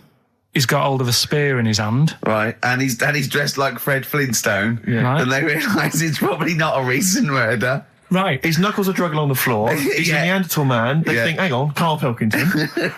But when they found out, hang on, it's an old thing. It's an old thing! Can it? If it was a murder recent, then you'd go, hang on, how did this happen? Who does he belong to? Yeah. Well, the chances are whoever murdered him is also dead. 5,000 years ago, probably, yeah. So leave it. Just bury it. I don't think it's a murder investigation. No, but they are. It's not Quincy going, this was before my time. It's not a murder investigation. Yeah, just one thing bothers me, sir. Just one final thing. My wife loves you, but this guy. That's how they were Why treating would him. he have a spear and a leopard skin? I just can't. I can't get over this. What are you talking about? That's what I'm saying. What are you saying? Right, shut up, everybody. What are you saying? You've got one chance now. You've got to ask me a question, and I will answer it the best way. But what are you saying? What is your question? Right, he probably spent a load of money trying That's to not a sort question. out. That's not a question. But let me tell you what I'm saying, right? They're probably spending a load of money finding out stuff about this fella who died. And even if he wasn't murdered, he'd be dead by now anyway. So get over it. Right? 3,000 years ago, he died, right? So then they start messing about with it, saying, well, how did he die? Well, it doesn't matter. It was ages ago. Then they start digging his belly open, seeing last meal that he ate. Yeah. Oh, he ate seeds and leaves. Well, no surprise, really. There's now else around. Again, spending more money. Someone's been paid money to sort that out. Then they bury him, and then said, hang on a minute, are you sure that he died by, like, a spear? Let's dig him up again. So they dig him up again and find some splinter or something. I don't believe they buried him. They did. Well, in some sort of fancy coffin so everyone can see him. But for me, that is more wasteful than sorting out something that's, you know, like someone who's ill. Sort something out, you know. Sorry, it's not either or. They didn't put a doctor out of surgery. Exactly. There's not an old man in a bed in a corridor somewhere. Yeah, going, Ted, what are you doing? I'm just giving this bloke a stat clear.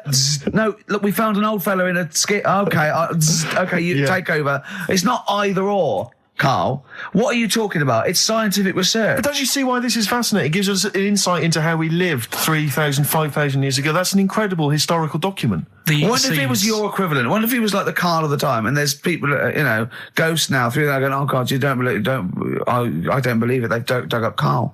They think we're all like that. Oh no, they're going into his brain now. They're looking at how his brain works. We're going to get such a bad rep. Oh well, dear. Each to their own. If you like it, I just thought it was a bit of a waste of money. A little bit of a waste. Yeah. Okay. But there you go. Anyway, will we give out the answers to Rockbusters next? If we must. Yeah. It sometimes stuns me. Sometimes I'm taken aback. Do you know what I mean? But what worries me is if one day aliens do visit, I'd love and that. they come down, yeah. But what worries me is they might bump in. What if they bump into you? What if they bump into you and they think that you represent mankind? And they go up and they start another planet. They can they say, we'll ask you 3 questions, and if you answer them correctly, we will not blow up your planet. Yeah. We'd be doomed. Well, it depends. It depends what they ask you, don't they? What if they said, right, Karl, what's the weirdest thing ever found in China? I'll say hairy Chinese kid. And they go, right. Okay, interesting. Too, all right. What don't you see anymore? What do you see an old bloke doing? You don't see an old fella eating a Twix. Yeah. And they say, what if they asked you, what's across the road from you when you're washing up? Well, there's 3 things. So you just want one of them? No, I want all 3. You want all 3? It was a Chinese kid dancing about in his underpants. Yeah. There was a bouncer every night getting ready to go to work. And the third one, the old woman reading a book, the same book. And they go, right, your planet's saved. See, Gwarg, back in the ship. Yeah, they are a superior race.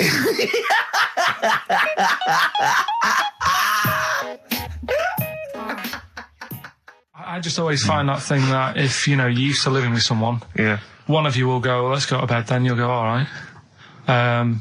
But when you're on your own, you go, you just forget to go to bed. I just stay up. Okay, stop eating now, Karl. You've ate all the food. That's just a plate. All right. Okay. Yeah. No, I stayed up and watched, there was a thing on about Dracula. Right. What, Dracula? And I found a flaw in it. Go on. Not the fact that he's the living dead and drinks blood to stay alive and he doesn't reflect. And he can turn into a mirrors. bat. Well, and you can go on. The mirror thing, he can't look in mirrors, can he? Well, he can look in mirrors, but he can't see himself in a mirror. Yeah. That still doesn't work. Go on. It doesn't work at all, Karl. It doesn't work at all. Well, centre parting's always really neat. His centre parting's always really How does he do it if he can't look in the mirror? Blood on the floor or something it was called. Rubbish. I love the flaw in the Dracula film is that his centre parting's too neat. How does he do it without a mirror? Was it a documentary about Dracula? No, Yeah, there was the real Dracula. Yeah, the real Dracula. It's just a film. It had blood on the floor or something. It's called. Yeah. It's rubbish. From 1970. Yeah. Right, but you say that and watch that. You know there aren't really vampires in that sense. Yeah. Yeah, but it still annoys you that his centre parting was too neat. Well, if you're going to do it, do you know what I mean? I'd like to see him with a fringe sort of pushed forward and maybe a hood up, alright? Come to suck your blood and that, alright?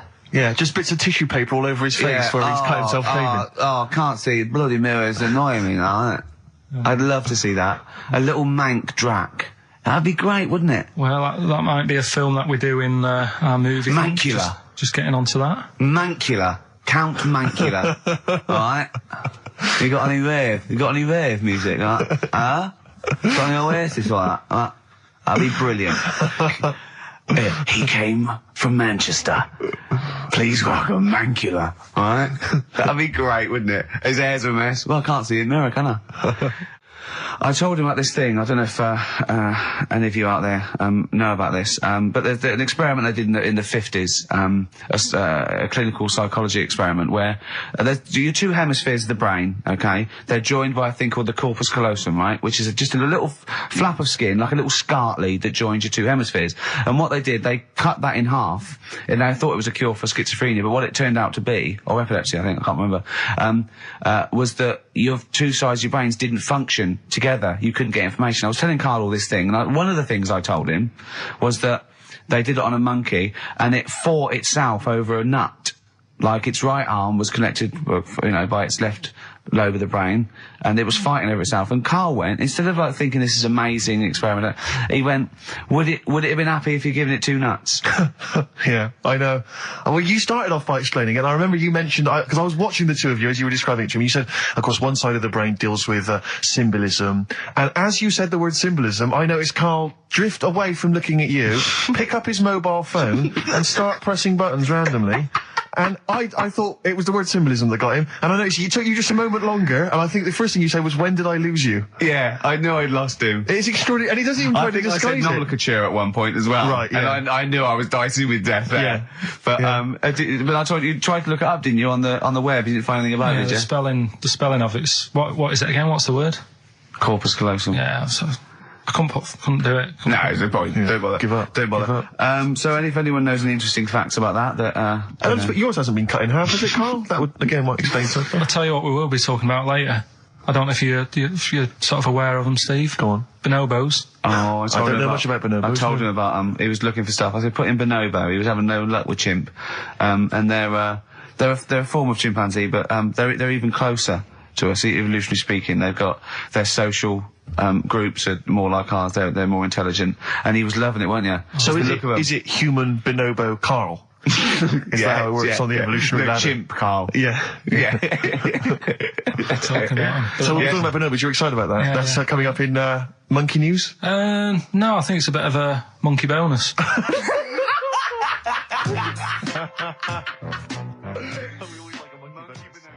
Okay, this is Karl in the classic The Shining. And what's the question? Well, we might ask that afterwards. Okay, then.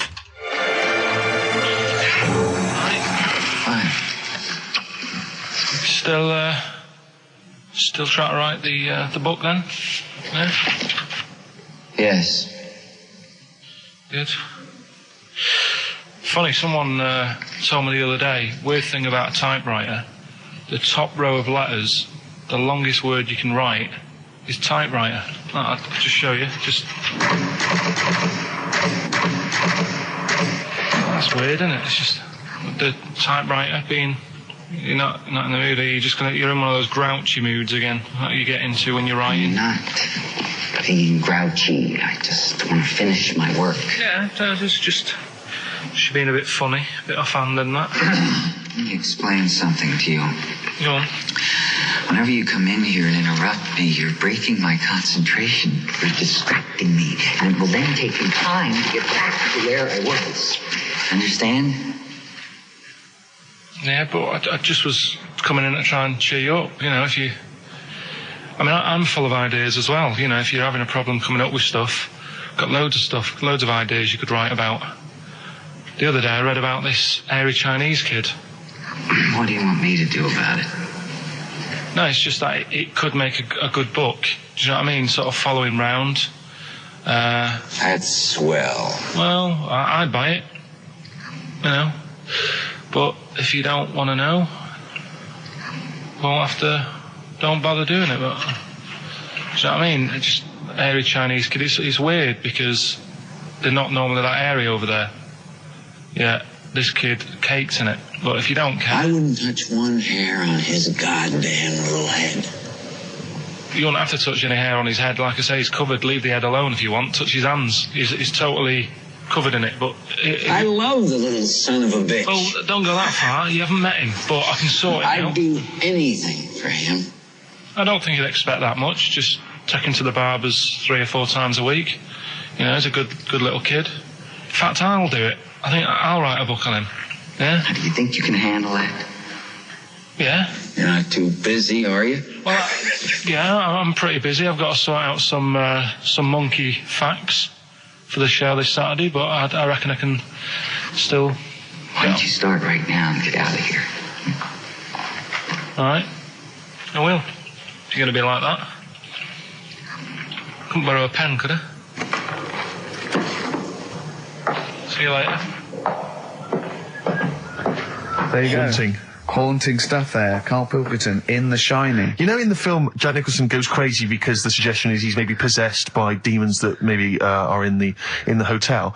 But, if I was stranded in a desolate hotel, removed from all human contact with Karl, I'd go mental with an axe without being possessed by demons. That's more chilling to me, trying to get some work done and you keep wandering in. I'm trying to get Karl to spend a couple of days in the caravan with me, just for the head of it, and he won't. I've offered him money, won't I? I think it'd be a great laugh, wouldn't it, Karl? Oh yeah, great. That would be terrifying. No, I want to film it. I just want to film it. Like a little video diary. There's Karl there, he's just waking up. Well, if I was stranded in that would be like being... I may as well be with Freddy Krueger and Jason Voorhees.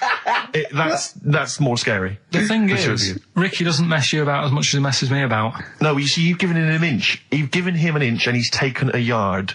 12:30 you got in today. In 30 minutes between 12:30 and 1. The old bin lid on the head. He wanted to do that again. Yep. Squeezing my head, think he had a go at. And karate chop on the back of the neck. Yeah. all in 30 minutes. Who else can say that? I was going to say that. I was going to say. What do you mean? Anyway, have we got a question then? Yeah, to win a copy of, I'm so embarrassed to say it, The Shining on VHS is worth $5.99, and it will have already been watched by Karl Pilkington, probably not even rewound. Yeah, to win that. And a little bit of tripe and cow eels where it just slipped into his dinner. A barm cake outside. As he was reading the back of the box trying to figure out what was going on. The ingredients. To win this, right? Here's a question. I've got a question. No, go on. No, I want to hear Carl's first. Okay. No, it's about the film. Because when I was whizzing through it, I saw something and thought, oh, that's good. The kid who's in it, he was writing something on the back of a door with lipstick. What was it? Well, that's a tricky question. I can't remember. Nor can I. Alright. So the kid in it was writing something on the back of the door. Is that going to be too hard for anyone? Let's see if... I mean, I wouldn't be surprised if there's somebody... Right, the phones are going, so it might be. Yeah, but this is email, isn't it? All right, ricky.gervais@xfm.co.uk. What was being scrawled on the back of a door by the little kid in The Shining? Be honest, if you know that, it means you've probably already got it and you've watched it about 8 times. Yeah. Fair enough, though. All right. It's something, when I was looking on the web, found something out. Go on. It's a story about a woman who had a baby. Who had a baby. What are you talking about? What? A woman who had a baby who was having a baby. It was no clearer when you repeated it. No, Carl, I don't know what to do. I don't know what to do for the common good, right? Pursue this line of inquiry, right? Because I don't know where it's going, or play a record. I'm actually torn. I don't know what to do. No, I remember seeing it and thinking, I've got to tell Ricky about that. It's brilliant. What should we do? Should we go with it? It's like it's entering into the abyss. It's opening Pandora's box. It's peeking. It's going down to the cellar. I've got a couple of questions though. Go on then. Well, come down there with me. Okay, come down to the cellar with me. Okay, right, Karl. What? First of all, it was on the way. What do you mean? The baby was what? Had another? Was it? She didn't give birth. They didn't. The doctor didn't find one of those set of Chinese dolls up her. Russian dolls, whatever they're called. That's what I pictured it like. Those dolls where you take the head off and there's another one in there that all look the same. But no, the story was there's a woman who's... No, don't just say it again. That's a headline. That's not a story. There was a woman who had a baby, That's not a story. Imagine handing that in as a thesis to loads of the BMA. There you go, and read that. That's a children's rhyme. Yeah. There was a woman who had a baby What do you mean? So she had a baby, right? Yeah. And that bit's fine. We're okay with that. That's normal. That's normal. A woman had a child. Yeah, totally normal. She gave birth. Fine. Yeah. Next. Well, I don't know that much more. Apart from the fact that the baby's like roaming about, and then 12 months later, she's like, oh. Interesting. So the gestation period of that baby was actually 3 months more than an adult. Yeah. Excellent. Weird though, isn't it? So was the headline, "My baby's 12 months pregnant"? What are you talking about? 12 months later it had a... What are you talking about? Forget it. No, you haven't even finished the story. That's what you said, and 12 months later you didn't even finish the sentence. So what do you mean? No, I didn't read any more into it because I just saw that and I thought, that's weird. And then I just was thinking, oh, like, imagine the kid at school at parents' evening. Go on. And it's like, well, your kid's pretty good. Now let's have a look at your work, sort of thing. Don't you think that'd be weird? But what? Did the child have a baby? Yeah. Of course it didn't! Play a record! We shouldn't have gone down in the cellar. We should have just left the cellar door closed. I never learned. That's the Zombies and a song called Time of the Season. I've enjoyed that. What do you think of Zombies, Karl? It's alright, yeah. No, not the group, but the Living Dead. Don't worry about them. No? Why? Not about, are they? Couldn't happen. You don't believe in that? Listen, right? You don't believe in zombies? So, I was you do looking believe online. a baby had a baby? Yeah. On you go. On you go. Are you still saying that didn't happen? Yes. Right, well, I'll find the thing again, I'll print it off, and then you'll read it. All I'm saying is there's more information that we need.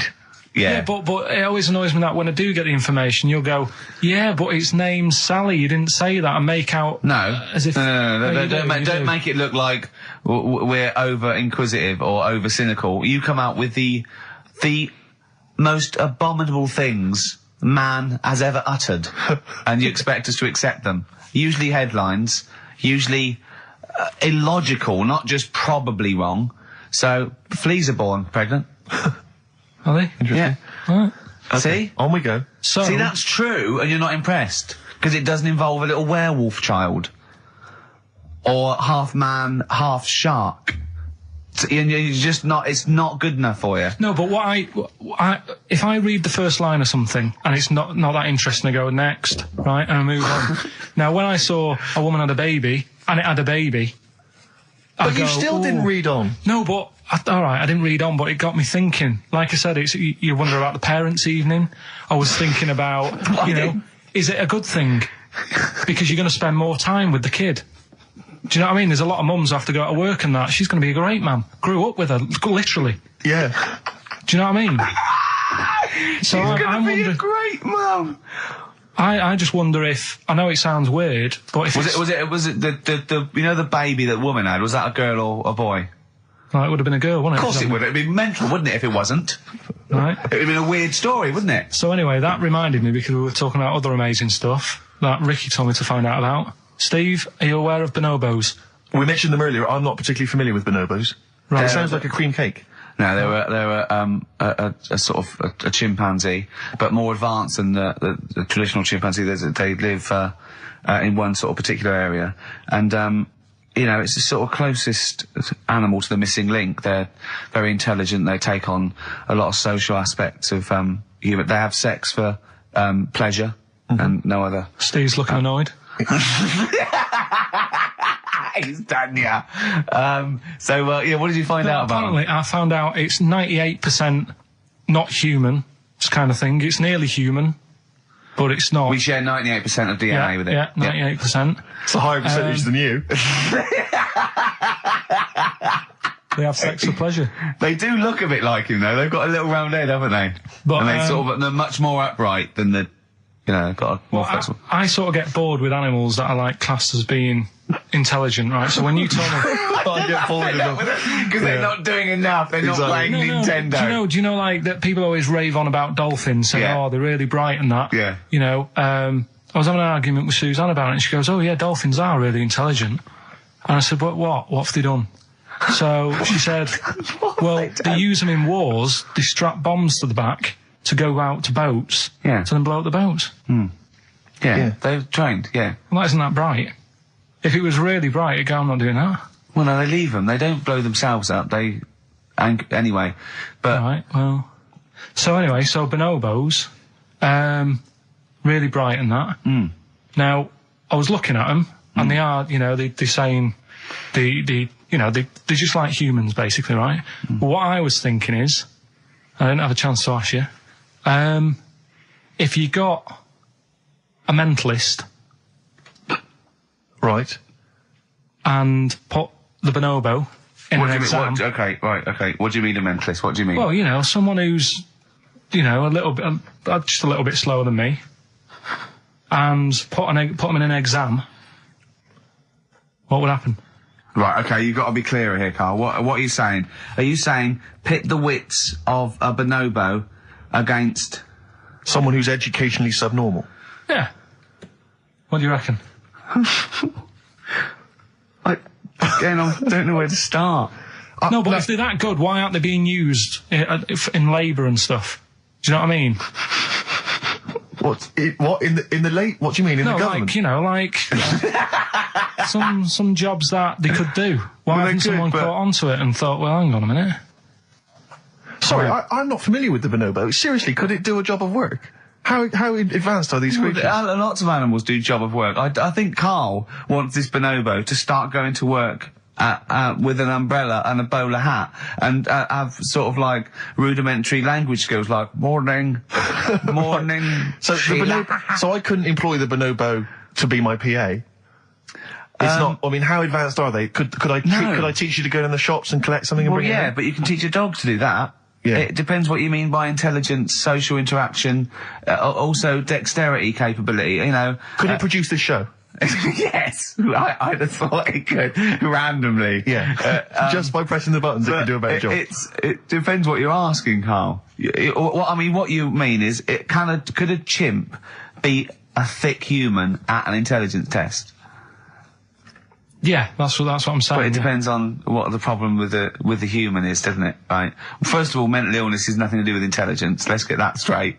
That's one thing. Mental people aren't necessarily less or intelligent than people. Now, is that the clinical term? Well, exactly. A mentalist. A mentalist. Sometimes I don't know what to do. I don't know whether to start with where he's going wrong with the question, to answer it, to find out what he really means. Because it's just that if that did happen, right? What could happen? You want the planet of the apes, don't you? Here we go. Go on. Right? I go to school. I go to a new school. Yeah. I go in the class. There's 3 bonobos sat on the back row. Yeah. Right? I think it would make They're everybody... bad kids, are they? Everybody would work harder because you go, well, I don't want a monkey beating me. Whereas when I went to school... You think they'd be an incentive? Yeah. Well, I think... Okay, they go, oh, go on. What do you mean? No, I would have loved it. Because, I mean, one of the reasons I didn't like school is it's like, oh, I'm not bothered. You know, I'm not bothering going in today. I'd love it if I went in and someone said, right, you're going to start coming again. Why is that? We've got 3 bonobos in your class. What if they didn't hang out together, like the 2 little kids with the webbed hands and the big heads? What if they started bullying you? Stealing your pocket money? Well, maybe go in. Maybe copying you. Maybe making you do their homework. Yeah. They did find out. To be honest, it would probably be the other way round, and he'd score better. Yeah. Carl, have you been copying? Have you been copying the bonobos again? Have you been copying Boo Boo again? It'd be good though, wouldn't it? Well, it'd be great. I wish I could live in your mind for just a day. So it must be great when you walk around and see things. He's been slagging you off as well, Steve. Well, go on. In the week, you know, he was slagging you off. I mean, in the week, I was joining in and laughing along, but now I'm thinking but now I'm thinking that you're more on my side than he is. Thanks very much, Rick. I'm glad to see you've come round. He said he was. I was in the pub with him and Johnny. Oh right, so there's a little audience. Good. And he said, have you seen Men in Black 2? I went, no. He said, have you, Johnny? He went, no. He went, there's a thing in it that looks just like Steve. And I went, what? He went, it's a thing, he's got really gangly arms and bulbous eyes, and it just works really fast in the Aliens registration thing. And I went, all right. I said, well, bring that up Saturday. Since he's not here, you know, what do you think of that? Well, the reason is, I think the problem I have is this, that if I was to say things like that about Karl, I'd destroy him. He'd be a broken man after I'd finished with him. Call in, Karl, or Steve's going to say a few things about you. I'm going to get a couple of home truths out there. I can't believe it. I cannot believe it. Yeah, we were, you know, at the time I was joining it, we were having, you know, slagging you off on other things as well. Sure. But now I'm thinking, maybe maybe you were wrong. Maybe I was taking the mickey out of the wrong person behind their back. Kings of Leon, Molly's Chambers. What do you think of that, Karl? All right. There's a surprise. Another insightful remark. Steve is not a fan now. Not only does he know you've been slagging him off behind his back. No, I wasn't slagging Steve. If you get it out on DVD tonight, you'll know I'm not slagging you off. It could be your brother.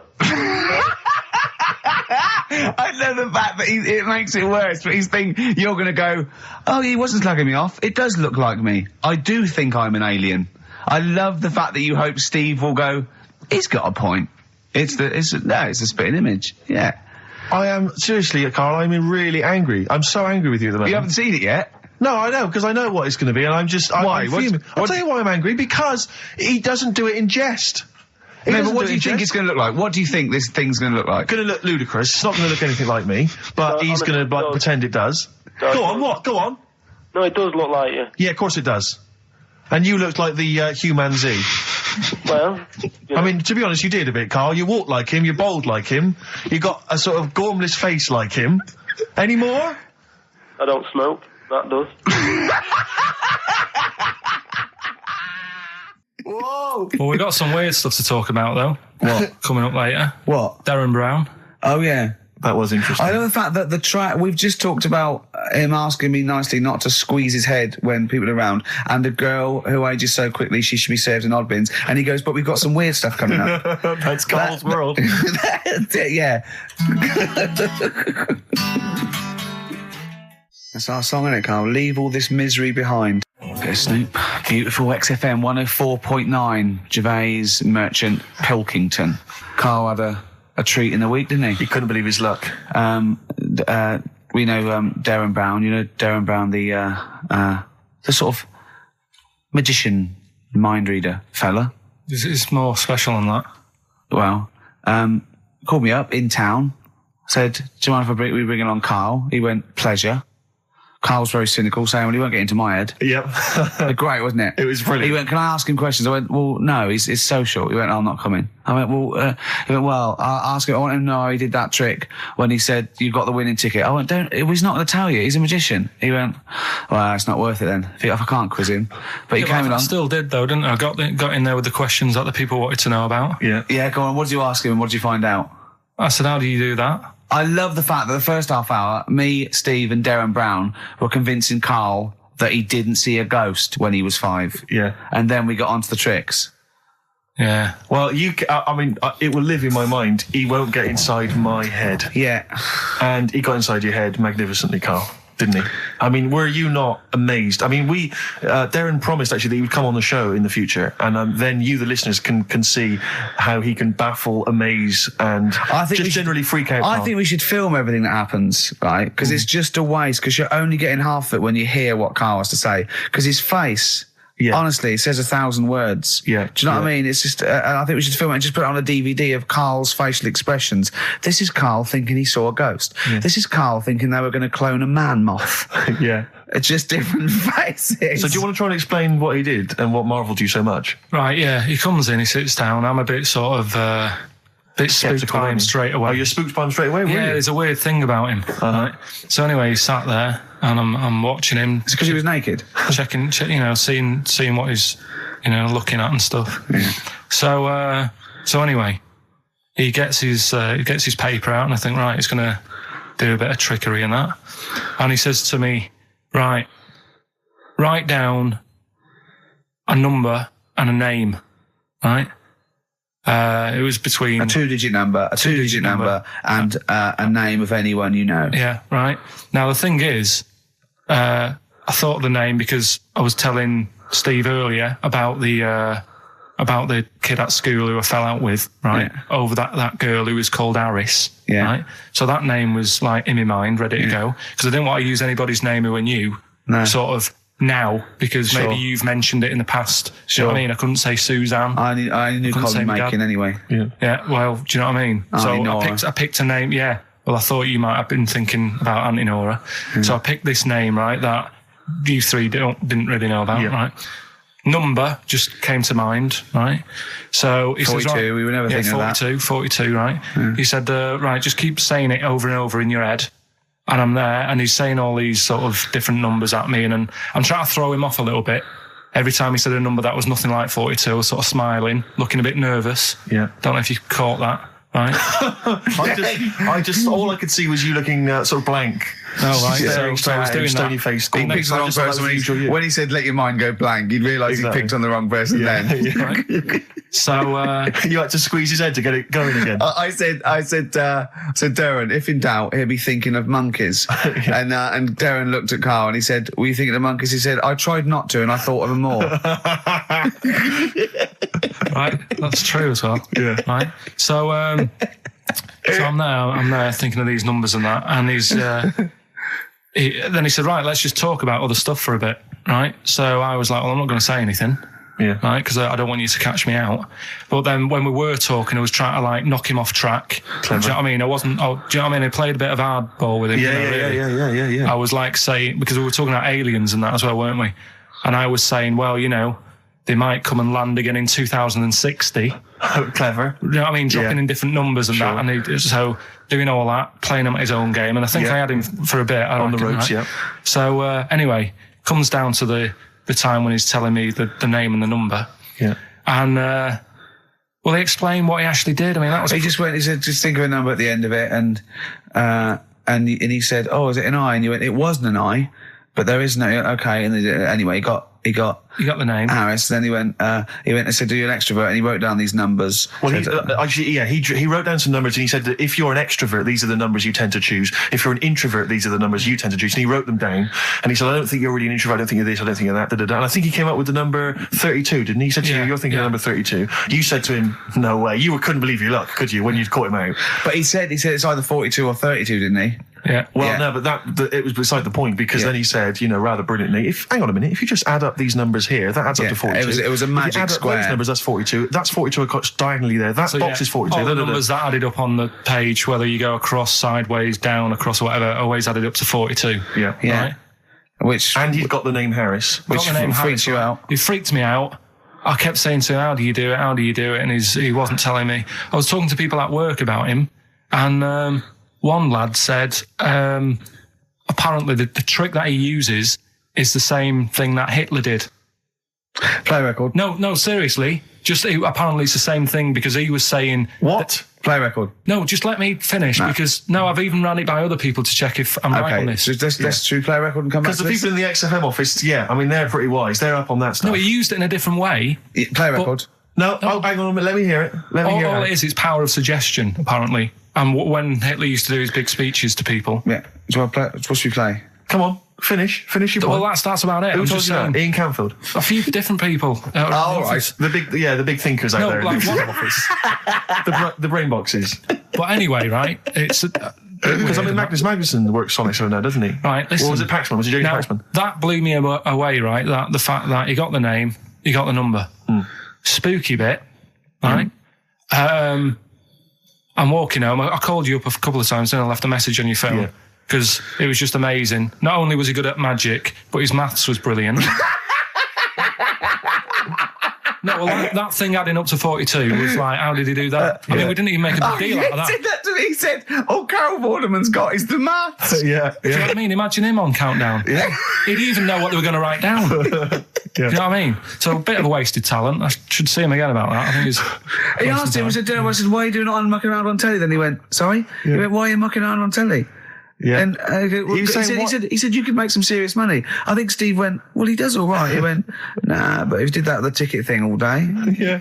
But didn't you say to him you should be working for the police force? I said, yeah, you should be in a police station. You could help people out. Yeah. Do you know what I mean? It's not a daft idea, is it? Not really. Right. So anyway, right. So I get home. Still, I'm calling different people up walking home. I couldn't believe it. Yeah. Right. I called Suzanne up telling her about it. And she's like, slow down. She said, you're like a little kid who's just been on a fairground ride or something. Yeah. Slow down. Right, so I'm telling her, call me mum and dad up. My dad wasn't that impressed. No, of course He's not. like, well, it's all been done before. But anyway, right. So, but then he wasn't impressed with Little Donkey, was he? No, he's not impressed by much, is he? Right, so I get in. He probably had to nip out down to the phone box. Right. Do some thieving. Yeah. We've forgotten bread. No, I'm just going on the phone box. Yeah. Right, so I get into my flat, right, and what they do in my flat where I live, they put the post in like these little pigeonholes. Right, and I don't normally check them out. I leave it for Suzanne to do, right? Sure. But this time, for some weird reason, I thought, right, I'll check it, see if we've got any post. Open it up. There's only this. A letter for Miss Harris. Yep, there it is. Bona fide in front of us. A letter addressed to a Miss Harris. Well, does she live there? No, it's my address. She doesn't live there. Did she ever? Don't know. It doesn't matter. It's weird, isn't it? But we've never had. Normally, I think there was a guy who lived there called Yaki Shoki. Mr. 42. It was definitely wasn't an Harris, right? This is the first time we've had a letter for this woman. Yes. Right. But what are you claiming? Because Darren Brown himself admits that it is not paranormal, it is not supernatural, it is a trick. It's a trick. Is it? But he would say that, wouldn't he? Hitler said that. Play a record. Well, can we open this? No! It's illegal! No, but I'm thinking if it's a birthday card for someone's like 42nd birthday. Right. You can't open that letter. Go and put it back or you cannot open that letter. Why not? You can't open someone else's mail because you think Darren Brown's supernatural. What if we steamed it open, then resealed it? No one would know. It's only a letter. You can't. You can, but I don't want any part of it. Carl, I think you should open it. No, you open it. I'm not opening it. It's against the law. You should open it, though. We won't open it then. They won't send you to prison. Forget it. You'll get off. Cure? Bit of cure. There's no cure, no. I'm looking... What? I'm tempted to open it. Well, do you want to, Steve? There you go. No, I'm not going to open it, but I think you should, definitely. 6 Different Ways by The Cure from the album The Head on the Door. We've enjoyed that. The Head on the Door, Carl. Ooh, bit of a coincidence. Spooky, isn't it? It was only 4 weeks ago you were talking about a head and a door. Exactly. Has the door got a number on it? 42. Oh, dear. So we're not opening it? No. Well, I can't open it because as the producer, right? Oh, yeah, because your standing in society is such that they'd make a real example of you, a producer of a tin pot radio show once a week. Yeah, he should know better. He can press buttons and talk at the same time. Sending down. But they wouldn't try you in an adult court. You would get away. You would get away with it. Just they'd hear you speaking for a little while, and the judge would end up squeezing your head and letting you off. It'd be like those people who train monkeys to break in. Do you remember down in South London? We talked about it in the past, and they were going around robbing stuff, and they trained them to do it. Yeah, I don't think those monkeys would have got in trouble. It would have been the keepers. So, I think XFM would probably take the rap. Will you open it? No, I can't be seen to open it. No, he's a writer-director. Exactly. So am I. I can't be seen to open it. I'll give it here then. Right, I'm having no part of this. That's against the law, but... Right, I'm having no part of it. Open it. Come on, you've started now. Right. The thing is, right, if it's important, we can say maybe she's listening. But do you need to stress?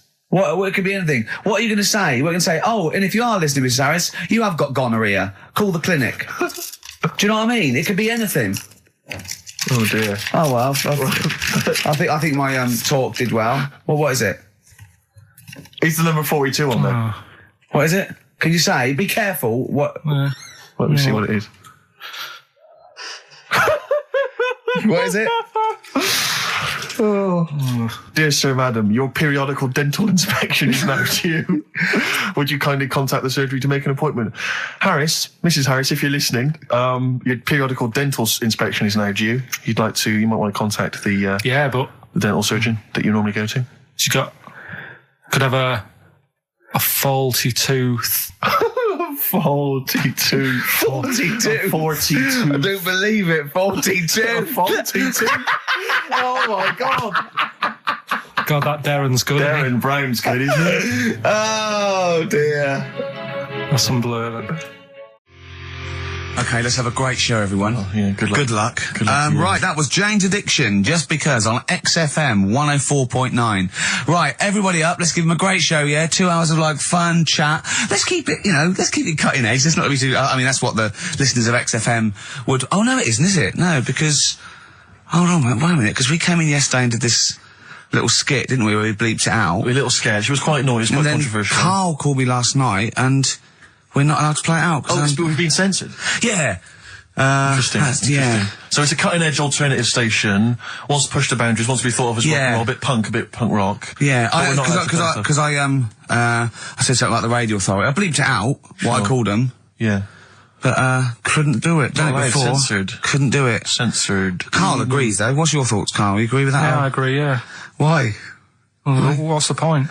Well, it was funny, wasn't it? And it wasn't offensive. Not really. It's not some of the best stuff that would have ever gone out on this show, but, Right, what are you putting up against, exactly? Cheeky Freak of the Week? Well, that springs to mind. Yeah. Rockbusters? But the thing is, the things that you have put out there, we better be really careful. Who's worried about complaints? It's not just swearing, is it? It's taste and decency and everything. Yeah. So, we can't laugh about the disabled anymore in the Cheeky Freak of the Week.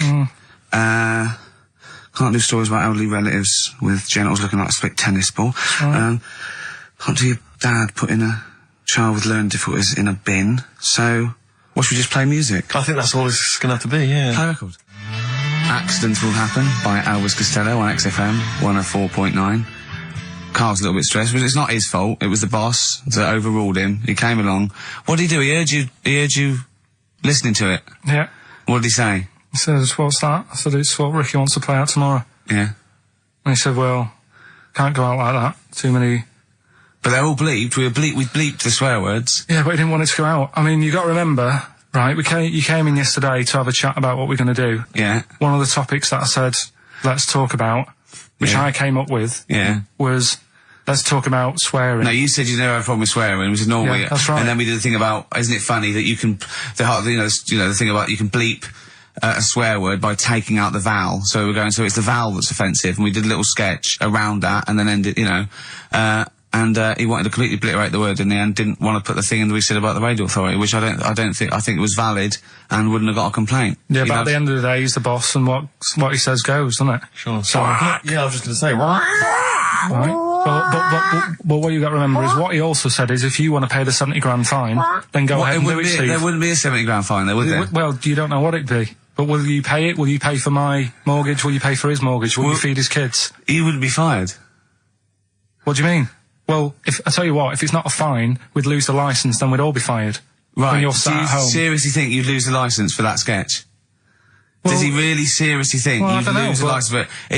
It is not the worst thing we've ever put out or done or ever will do. Yeah, but it's the fact that he said don't put it out, and you're like, throwing your toys out the pram. I want to say it. How old are you? But you still want to put swearing out. It's a discussion about the radio authority and the way people are interested. Yeah, but leave it. Let's Don't move get on. annoyed. Yeah, but I'm annoyed because you've been at it since about 12:30. I know. Well, I like to get in early to plan the show. Yeah, but there's been no planning. So, to be honest, I'd turn off today, anyone listening, because there's nothing. Carl, there's never anything. There is. There's sometimes some good things, but today, seriously, I'd leave it. Something half decent that's been on this show. Loads of little interesting topics. Go on, I can't remember any. Right, gays in toilets. Yeah. Not particularly interesting. Fascinating to you, perhaps. Right, well, I'd prefer to hear that than just a load of swear words. Well, we wouldn't have heard any swear words. We'd have heard some bleeping. Right then, so that's entertaining, isn't it? Load of bleeps. It's just because you don't want to stand up to your boss or say anything. Don't get annoyed with us. I'd stand up to her if I agree with what I'm arguing about, but I'm not falling out with him over some crappy thing you want to play out. Don't say crappy. Well, it doesn't matter, because I'm not here next week, I tell you that. I've canned this in. Don't say so crappy. if Andrew is listening, don't someone else say can be here next crappy. week. Play a record. We apologise for the word crap. That's out of order, we should. Big Sir, the Thrills on XFM 104.9. Started off another nice atmosphere again in the studio. Don't blame me, it's not my fault. No, I know. Well, it's your fault, mainly. Yeah. You are bad. You are quite bad. Come on. Come on, you are. Don't try and win him round just because he scared you. I don't know who's that against. Is it me or him? I don't know. It's you. Right. Well, I'm not a coward. No. I'm not a coward. Okay, I'm just thinking of the listeners, Rick, and I just want them to be entertained. Yeah. Luckily, that's not a big problem for us. What, you mean we're effortlessly entertaining, or there's no listeners? Well, yeah, somewhere in between. Yeah. Karl, what's happened to you this week, mate? What's happened? Come on. What? Nothing's happened? Come on. I came in, and it had an hour lunch break. You know, he's sort of like he never gets a break. I came in one day. It was out for an hour, and I sat in a little chat with Andrew Phillips about, where we were going with the show, and, Where are we going with it? You come up with anything? Dear. It's how far we can run it into the ground. Yeah, no, if we go off air, it certainly won't be through, being cutting edge or controversial, because people are just turned off because it's too boring to listen to. But he was out for an hour. Having a lunch break for an hour, and always saying he's too busy. I know, yeah. It's interesting. Actually, on the subject of that, I noticed Dan here has emailed in. He says, I was listening to last week's show, and I think Karl has taken his job for granted. I'd love to swap with him for a week. My qualifications are that I can press play on a CD player and stop. Karl, what do you think of that? And it can come in next week, seriously. Yeah. It says here... Don't get ratty, Karl. I'm not being ratty. Dan, email me. You know my address. Email. It'll be sorted out. You can be here next week. Dan suggested we could call it Karl Idol, where people audition each week, or perhaps Bone Idol. I like that. Bone Idol. Brilliant. Have we got a monkey news, Karl? Don't know if I can be bothered. Play a record. Pretenders. Good. Oh, dear. On XFM 104.9. That's professionalism, isn't it? Yeah, that is unbelievable. Ricky, I don't know if I can describe it really, the scene. You were going mental, you were shouting, you were really being quite an unpleasant character. But the mic's come on, Rick, and you're you're a charmer. Funny how people get annoyed. Karl said that we don't have to be here next week if Andrew gets annoyed. I went, this is entertainment. He pays us to entertain. We haven't done anything against the law yet, have we? Or offensive, or against the radio authority. Karl said crap, but I think we'll get away with that. Yeah. So what is there to worry about? Exactly. Right, let's just draw a line under the beginning. Yeah, let's start again. Seriously. Come on. Can we just Come hug on. and make up? Can we just have a bit of this? Yeah, come on. No, don't do that. Just, Carl, what have we got? What's on the list? We've done swearing. That's that sorted out. Well, no, your point was more that weren't you interested in why swearing people find it offensive? Yeah, a little bit. Because that seems obvious to me. Because you were saying yesterday that you never understood why people find it offensive, weren't That's you? right. Yeah. But I know. Well, yeah, carry on. Yeah, but that's what I was saying to you, why you can't do it on the radio, because people find it offensive for some reason. I don't agree with it, but some people do. Yeah. I'm saying everyone swears. Bleep it out, I would. Well, Bleep it out. Bleep it out, that's my theory. But you say that everyone swears. Not everyone does swear. I don't know why you've got this in your head that everyone swears. I'm convinced everyone. What? Everyone? Like, religious people, religious leaders? Jesus. I bet Jesus swore. Right. What's your evidence for that? No, I'm just thinking, things are better now than they were back then, right? Right. He's wandering about in his sandals, getting pebbles stuck in there and stuff, and that's annoying. Nails in his hand, that must have hurt. What I'm saying is... That's offensive. No, it's not though. That's blasphemous. No, but what I'm... Don't laugh at the crucifixion. Play a record. I'm not laughing at that though. That is terrible. I'm just saying... No, you can email in, if you want to complain. Carl. Yeah? xfm.co.uk. Wasn't offensive though, I'm just saying it's a fact. When you stub your little toe, you let out a little effing and jeffing. What do you think he is? He is an effing and jeffing? So the kind of ancient Hebrew version of effing and jeffing. Ooh, I'm worried about this. This is naughty. No, it's not. Yeah, it is. When did you start swearing? I started swearing at school. Right. I hope you haven't offended any Christians. Right, there's a lad at my school, right, who got caught swearing. I got caught and I got... When you say get caught, what was it? You were right behind the bike sheds having a swear. Have you got any MFs? Yeah. No, I've only got one C left. It's from Dad's. Oh, come on, let's have a go on it. Let's say hunt. Yeah. Let me say the hunt. Get older kids to buy you some swearing. So look, just smoke it down to the cut. Yeah. So you're right there. You're behind the bike sheds having a swear. Yeah. And a teacher hears him say, the S word. The S word. The S word. Yeah.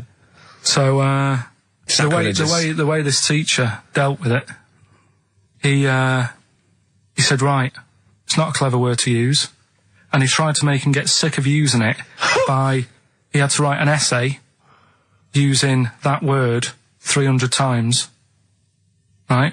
Yeah. So I would have loved that.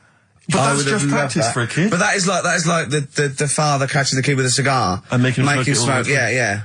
Doesn't work with heroin if you've got a young teenager who's jacked up for the first time. Yeah. It can be dangerous. The funny thing is, though, right, his mum found his textbook. Of course. Thought he was depressed and wanted to take him counselling.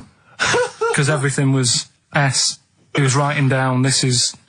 And did it work? Did it wean him up? Did it? Yeah. The teacher, he disappeared. He got kicked out for hitting a kid on the head with a bit of wood. So it wasn't you, was it? That was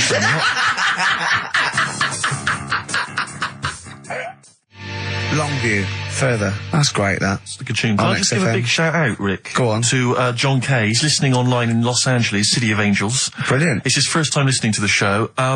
Who knows what he's making of it? I wonder if we should explain what Karl is to him. He's up early. Well, he's got up apparently to record it, and then he's gone back to bed.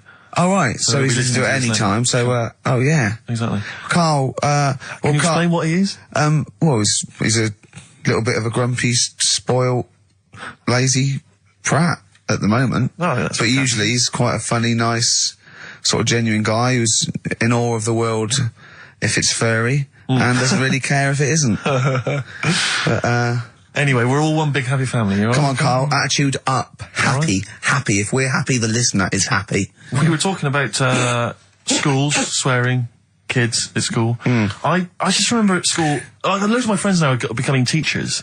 Yeah. And I can't imagine what it must be like in an environment with kids. Because when we were at school, not particularly me, but lots of people in the class, and you'd all end up doing it, would just treat teachers like they weren't humans, like they were just creatures from another planet that were there to be tormented. Because, it's a game, isn't it, to see how far you can wind someone up to distraction. And most people grow out of that. But is it because, not everyone, but especially if they've got a bit of cash in their pocket now, and a little bit of success, they tend to think that gives them license to treat people badly. It's terrible. But over there was a guy, this is such a terrible story, there was a teacher, he came in, and he was teaching us, and one kid, one of the hard nuts, he'd found out that this guy's, he lived on his own, and he had a cat, and the cat got run over. And so we got in early, like everyone was in early, and before the teacher came in, and this kid drew a picture of a cat being run over by a car in chalk on the blackboard, a huge picture of it. And the teacher just came in, saw it, burst into tears and ran out. And the thing is, that was like the beginning of term, so he could never get us back after that. There was never going to be any respect for him. It was Could just... you cry? I know, yeah. It's just like, I just remember now thinking about it, just thinking, I mean, at the time I remember thinking it was bad, but now it's just heartbreaking, it's devastating. I know. It's just They just forget, they let their guard down a little bit. Did you ever do the one where you just humming? Yeah. And everyone, and he'd tell us to stop it, and then everyone just kind of... there was one teacher, me and my mate used to go up to, and just when we saw the other one, just sort of sniff him slightly, and then sort of like, so he goes, what? I go, nothing. And he'd walk away sniffing his armpit. But those kind of mind games, it's like... I know. Once, right, I was talking about this in the week, actually, we had this, teacher, and he must have been sort of 60 then, right? And we're all about sort of like 12. We had to do French. You had to put your thing on the booth, and it was I told you something. Le chat est the and all that, right? And répété, cats on the wall, right? He'd repeat it in French, and of course everyone was going F. C, just for fun, and he heard this, and he listened back to all of them, and he realised it goes, and he went mental. He went, I don't believe this. Do you know how much these cost? He was going mad, and he was going red and bursting like Karl was earlier, and it was like, I can't stand this anymore. Anyway, he picked up an exercise book, he said, look at this exercise book, look, and I won't say the kid's name. He went, so and so, look, oh look, he's put.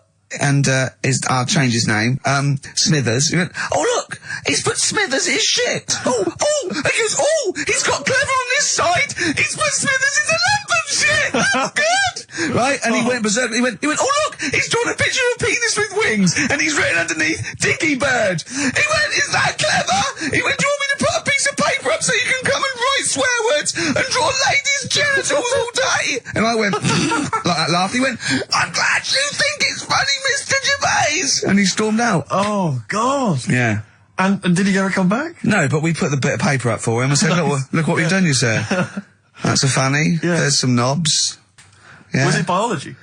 No, it was French. Oh, French, of course. Yeah. Oh, that's right. I just remember things like games like, there was some cupboards at the back of I think the maths class, and one kid just got in the cupboard before the teacher came, and then sat in there for 45 minutes, and just towards the end of the thing just came out. Brilliant. Just came out and just went, and sat down. And just things like that, which just kind of, it's not, I don't know what it is, I don't know what, it's just an utter lack of respect. I played a trick like that once in my first year at college. This is pathetic, right? We're on a hall of residence, right? And there was this woman, sort of middle-aged woman come around in a twin set, and I think she was from a bank where she was doing students going to do a bank account, and she was coming up the corridor and she was not right, and so my mate got in my wardrobe in this little room. Right? Just sat there, she came in, I said, have you banked? I said, yeah, I've banked. I said, okay, can I just do it? And there was a knock on the wardrobe, went, come in.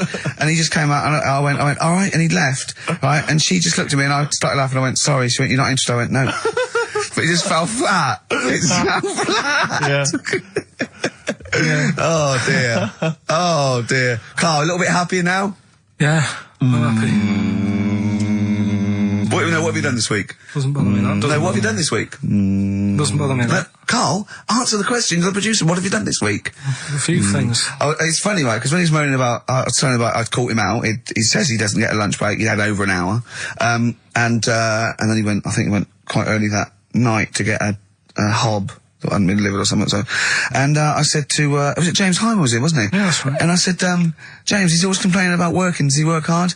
And he went, well, he doesn't work as hard as he used to. Play a record, Karl, will you? Interesting.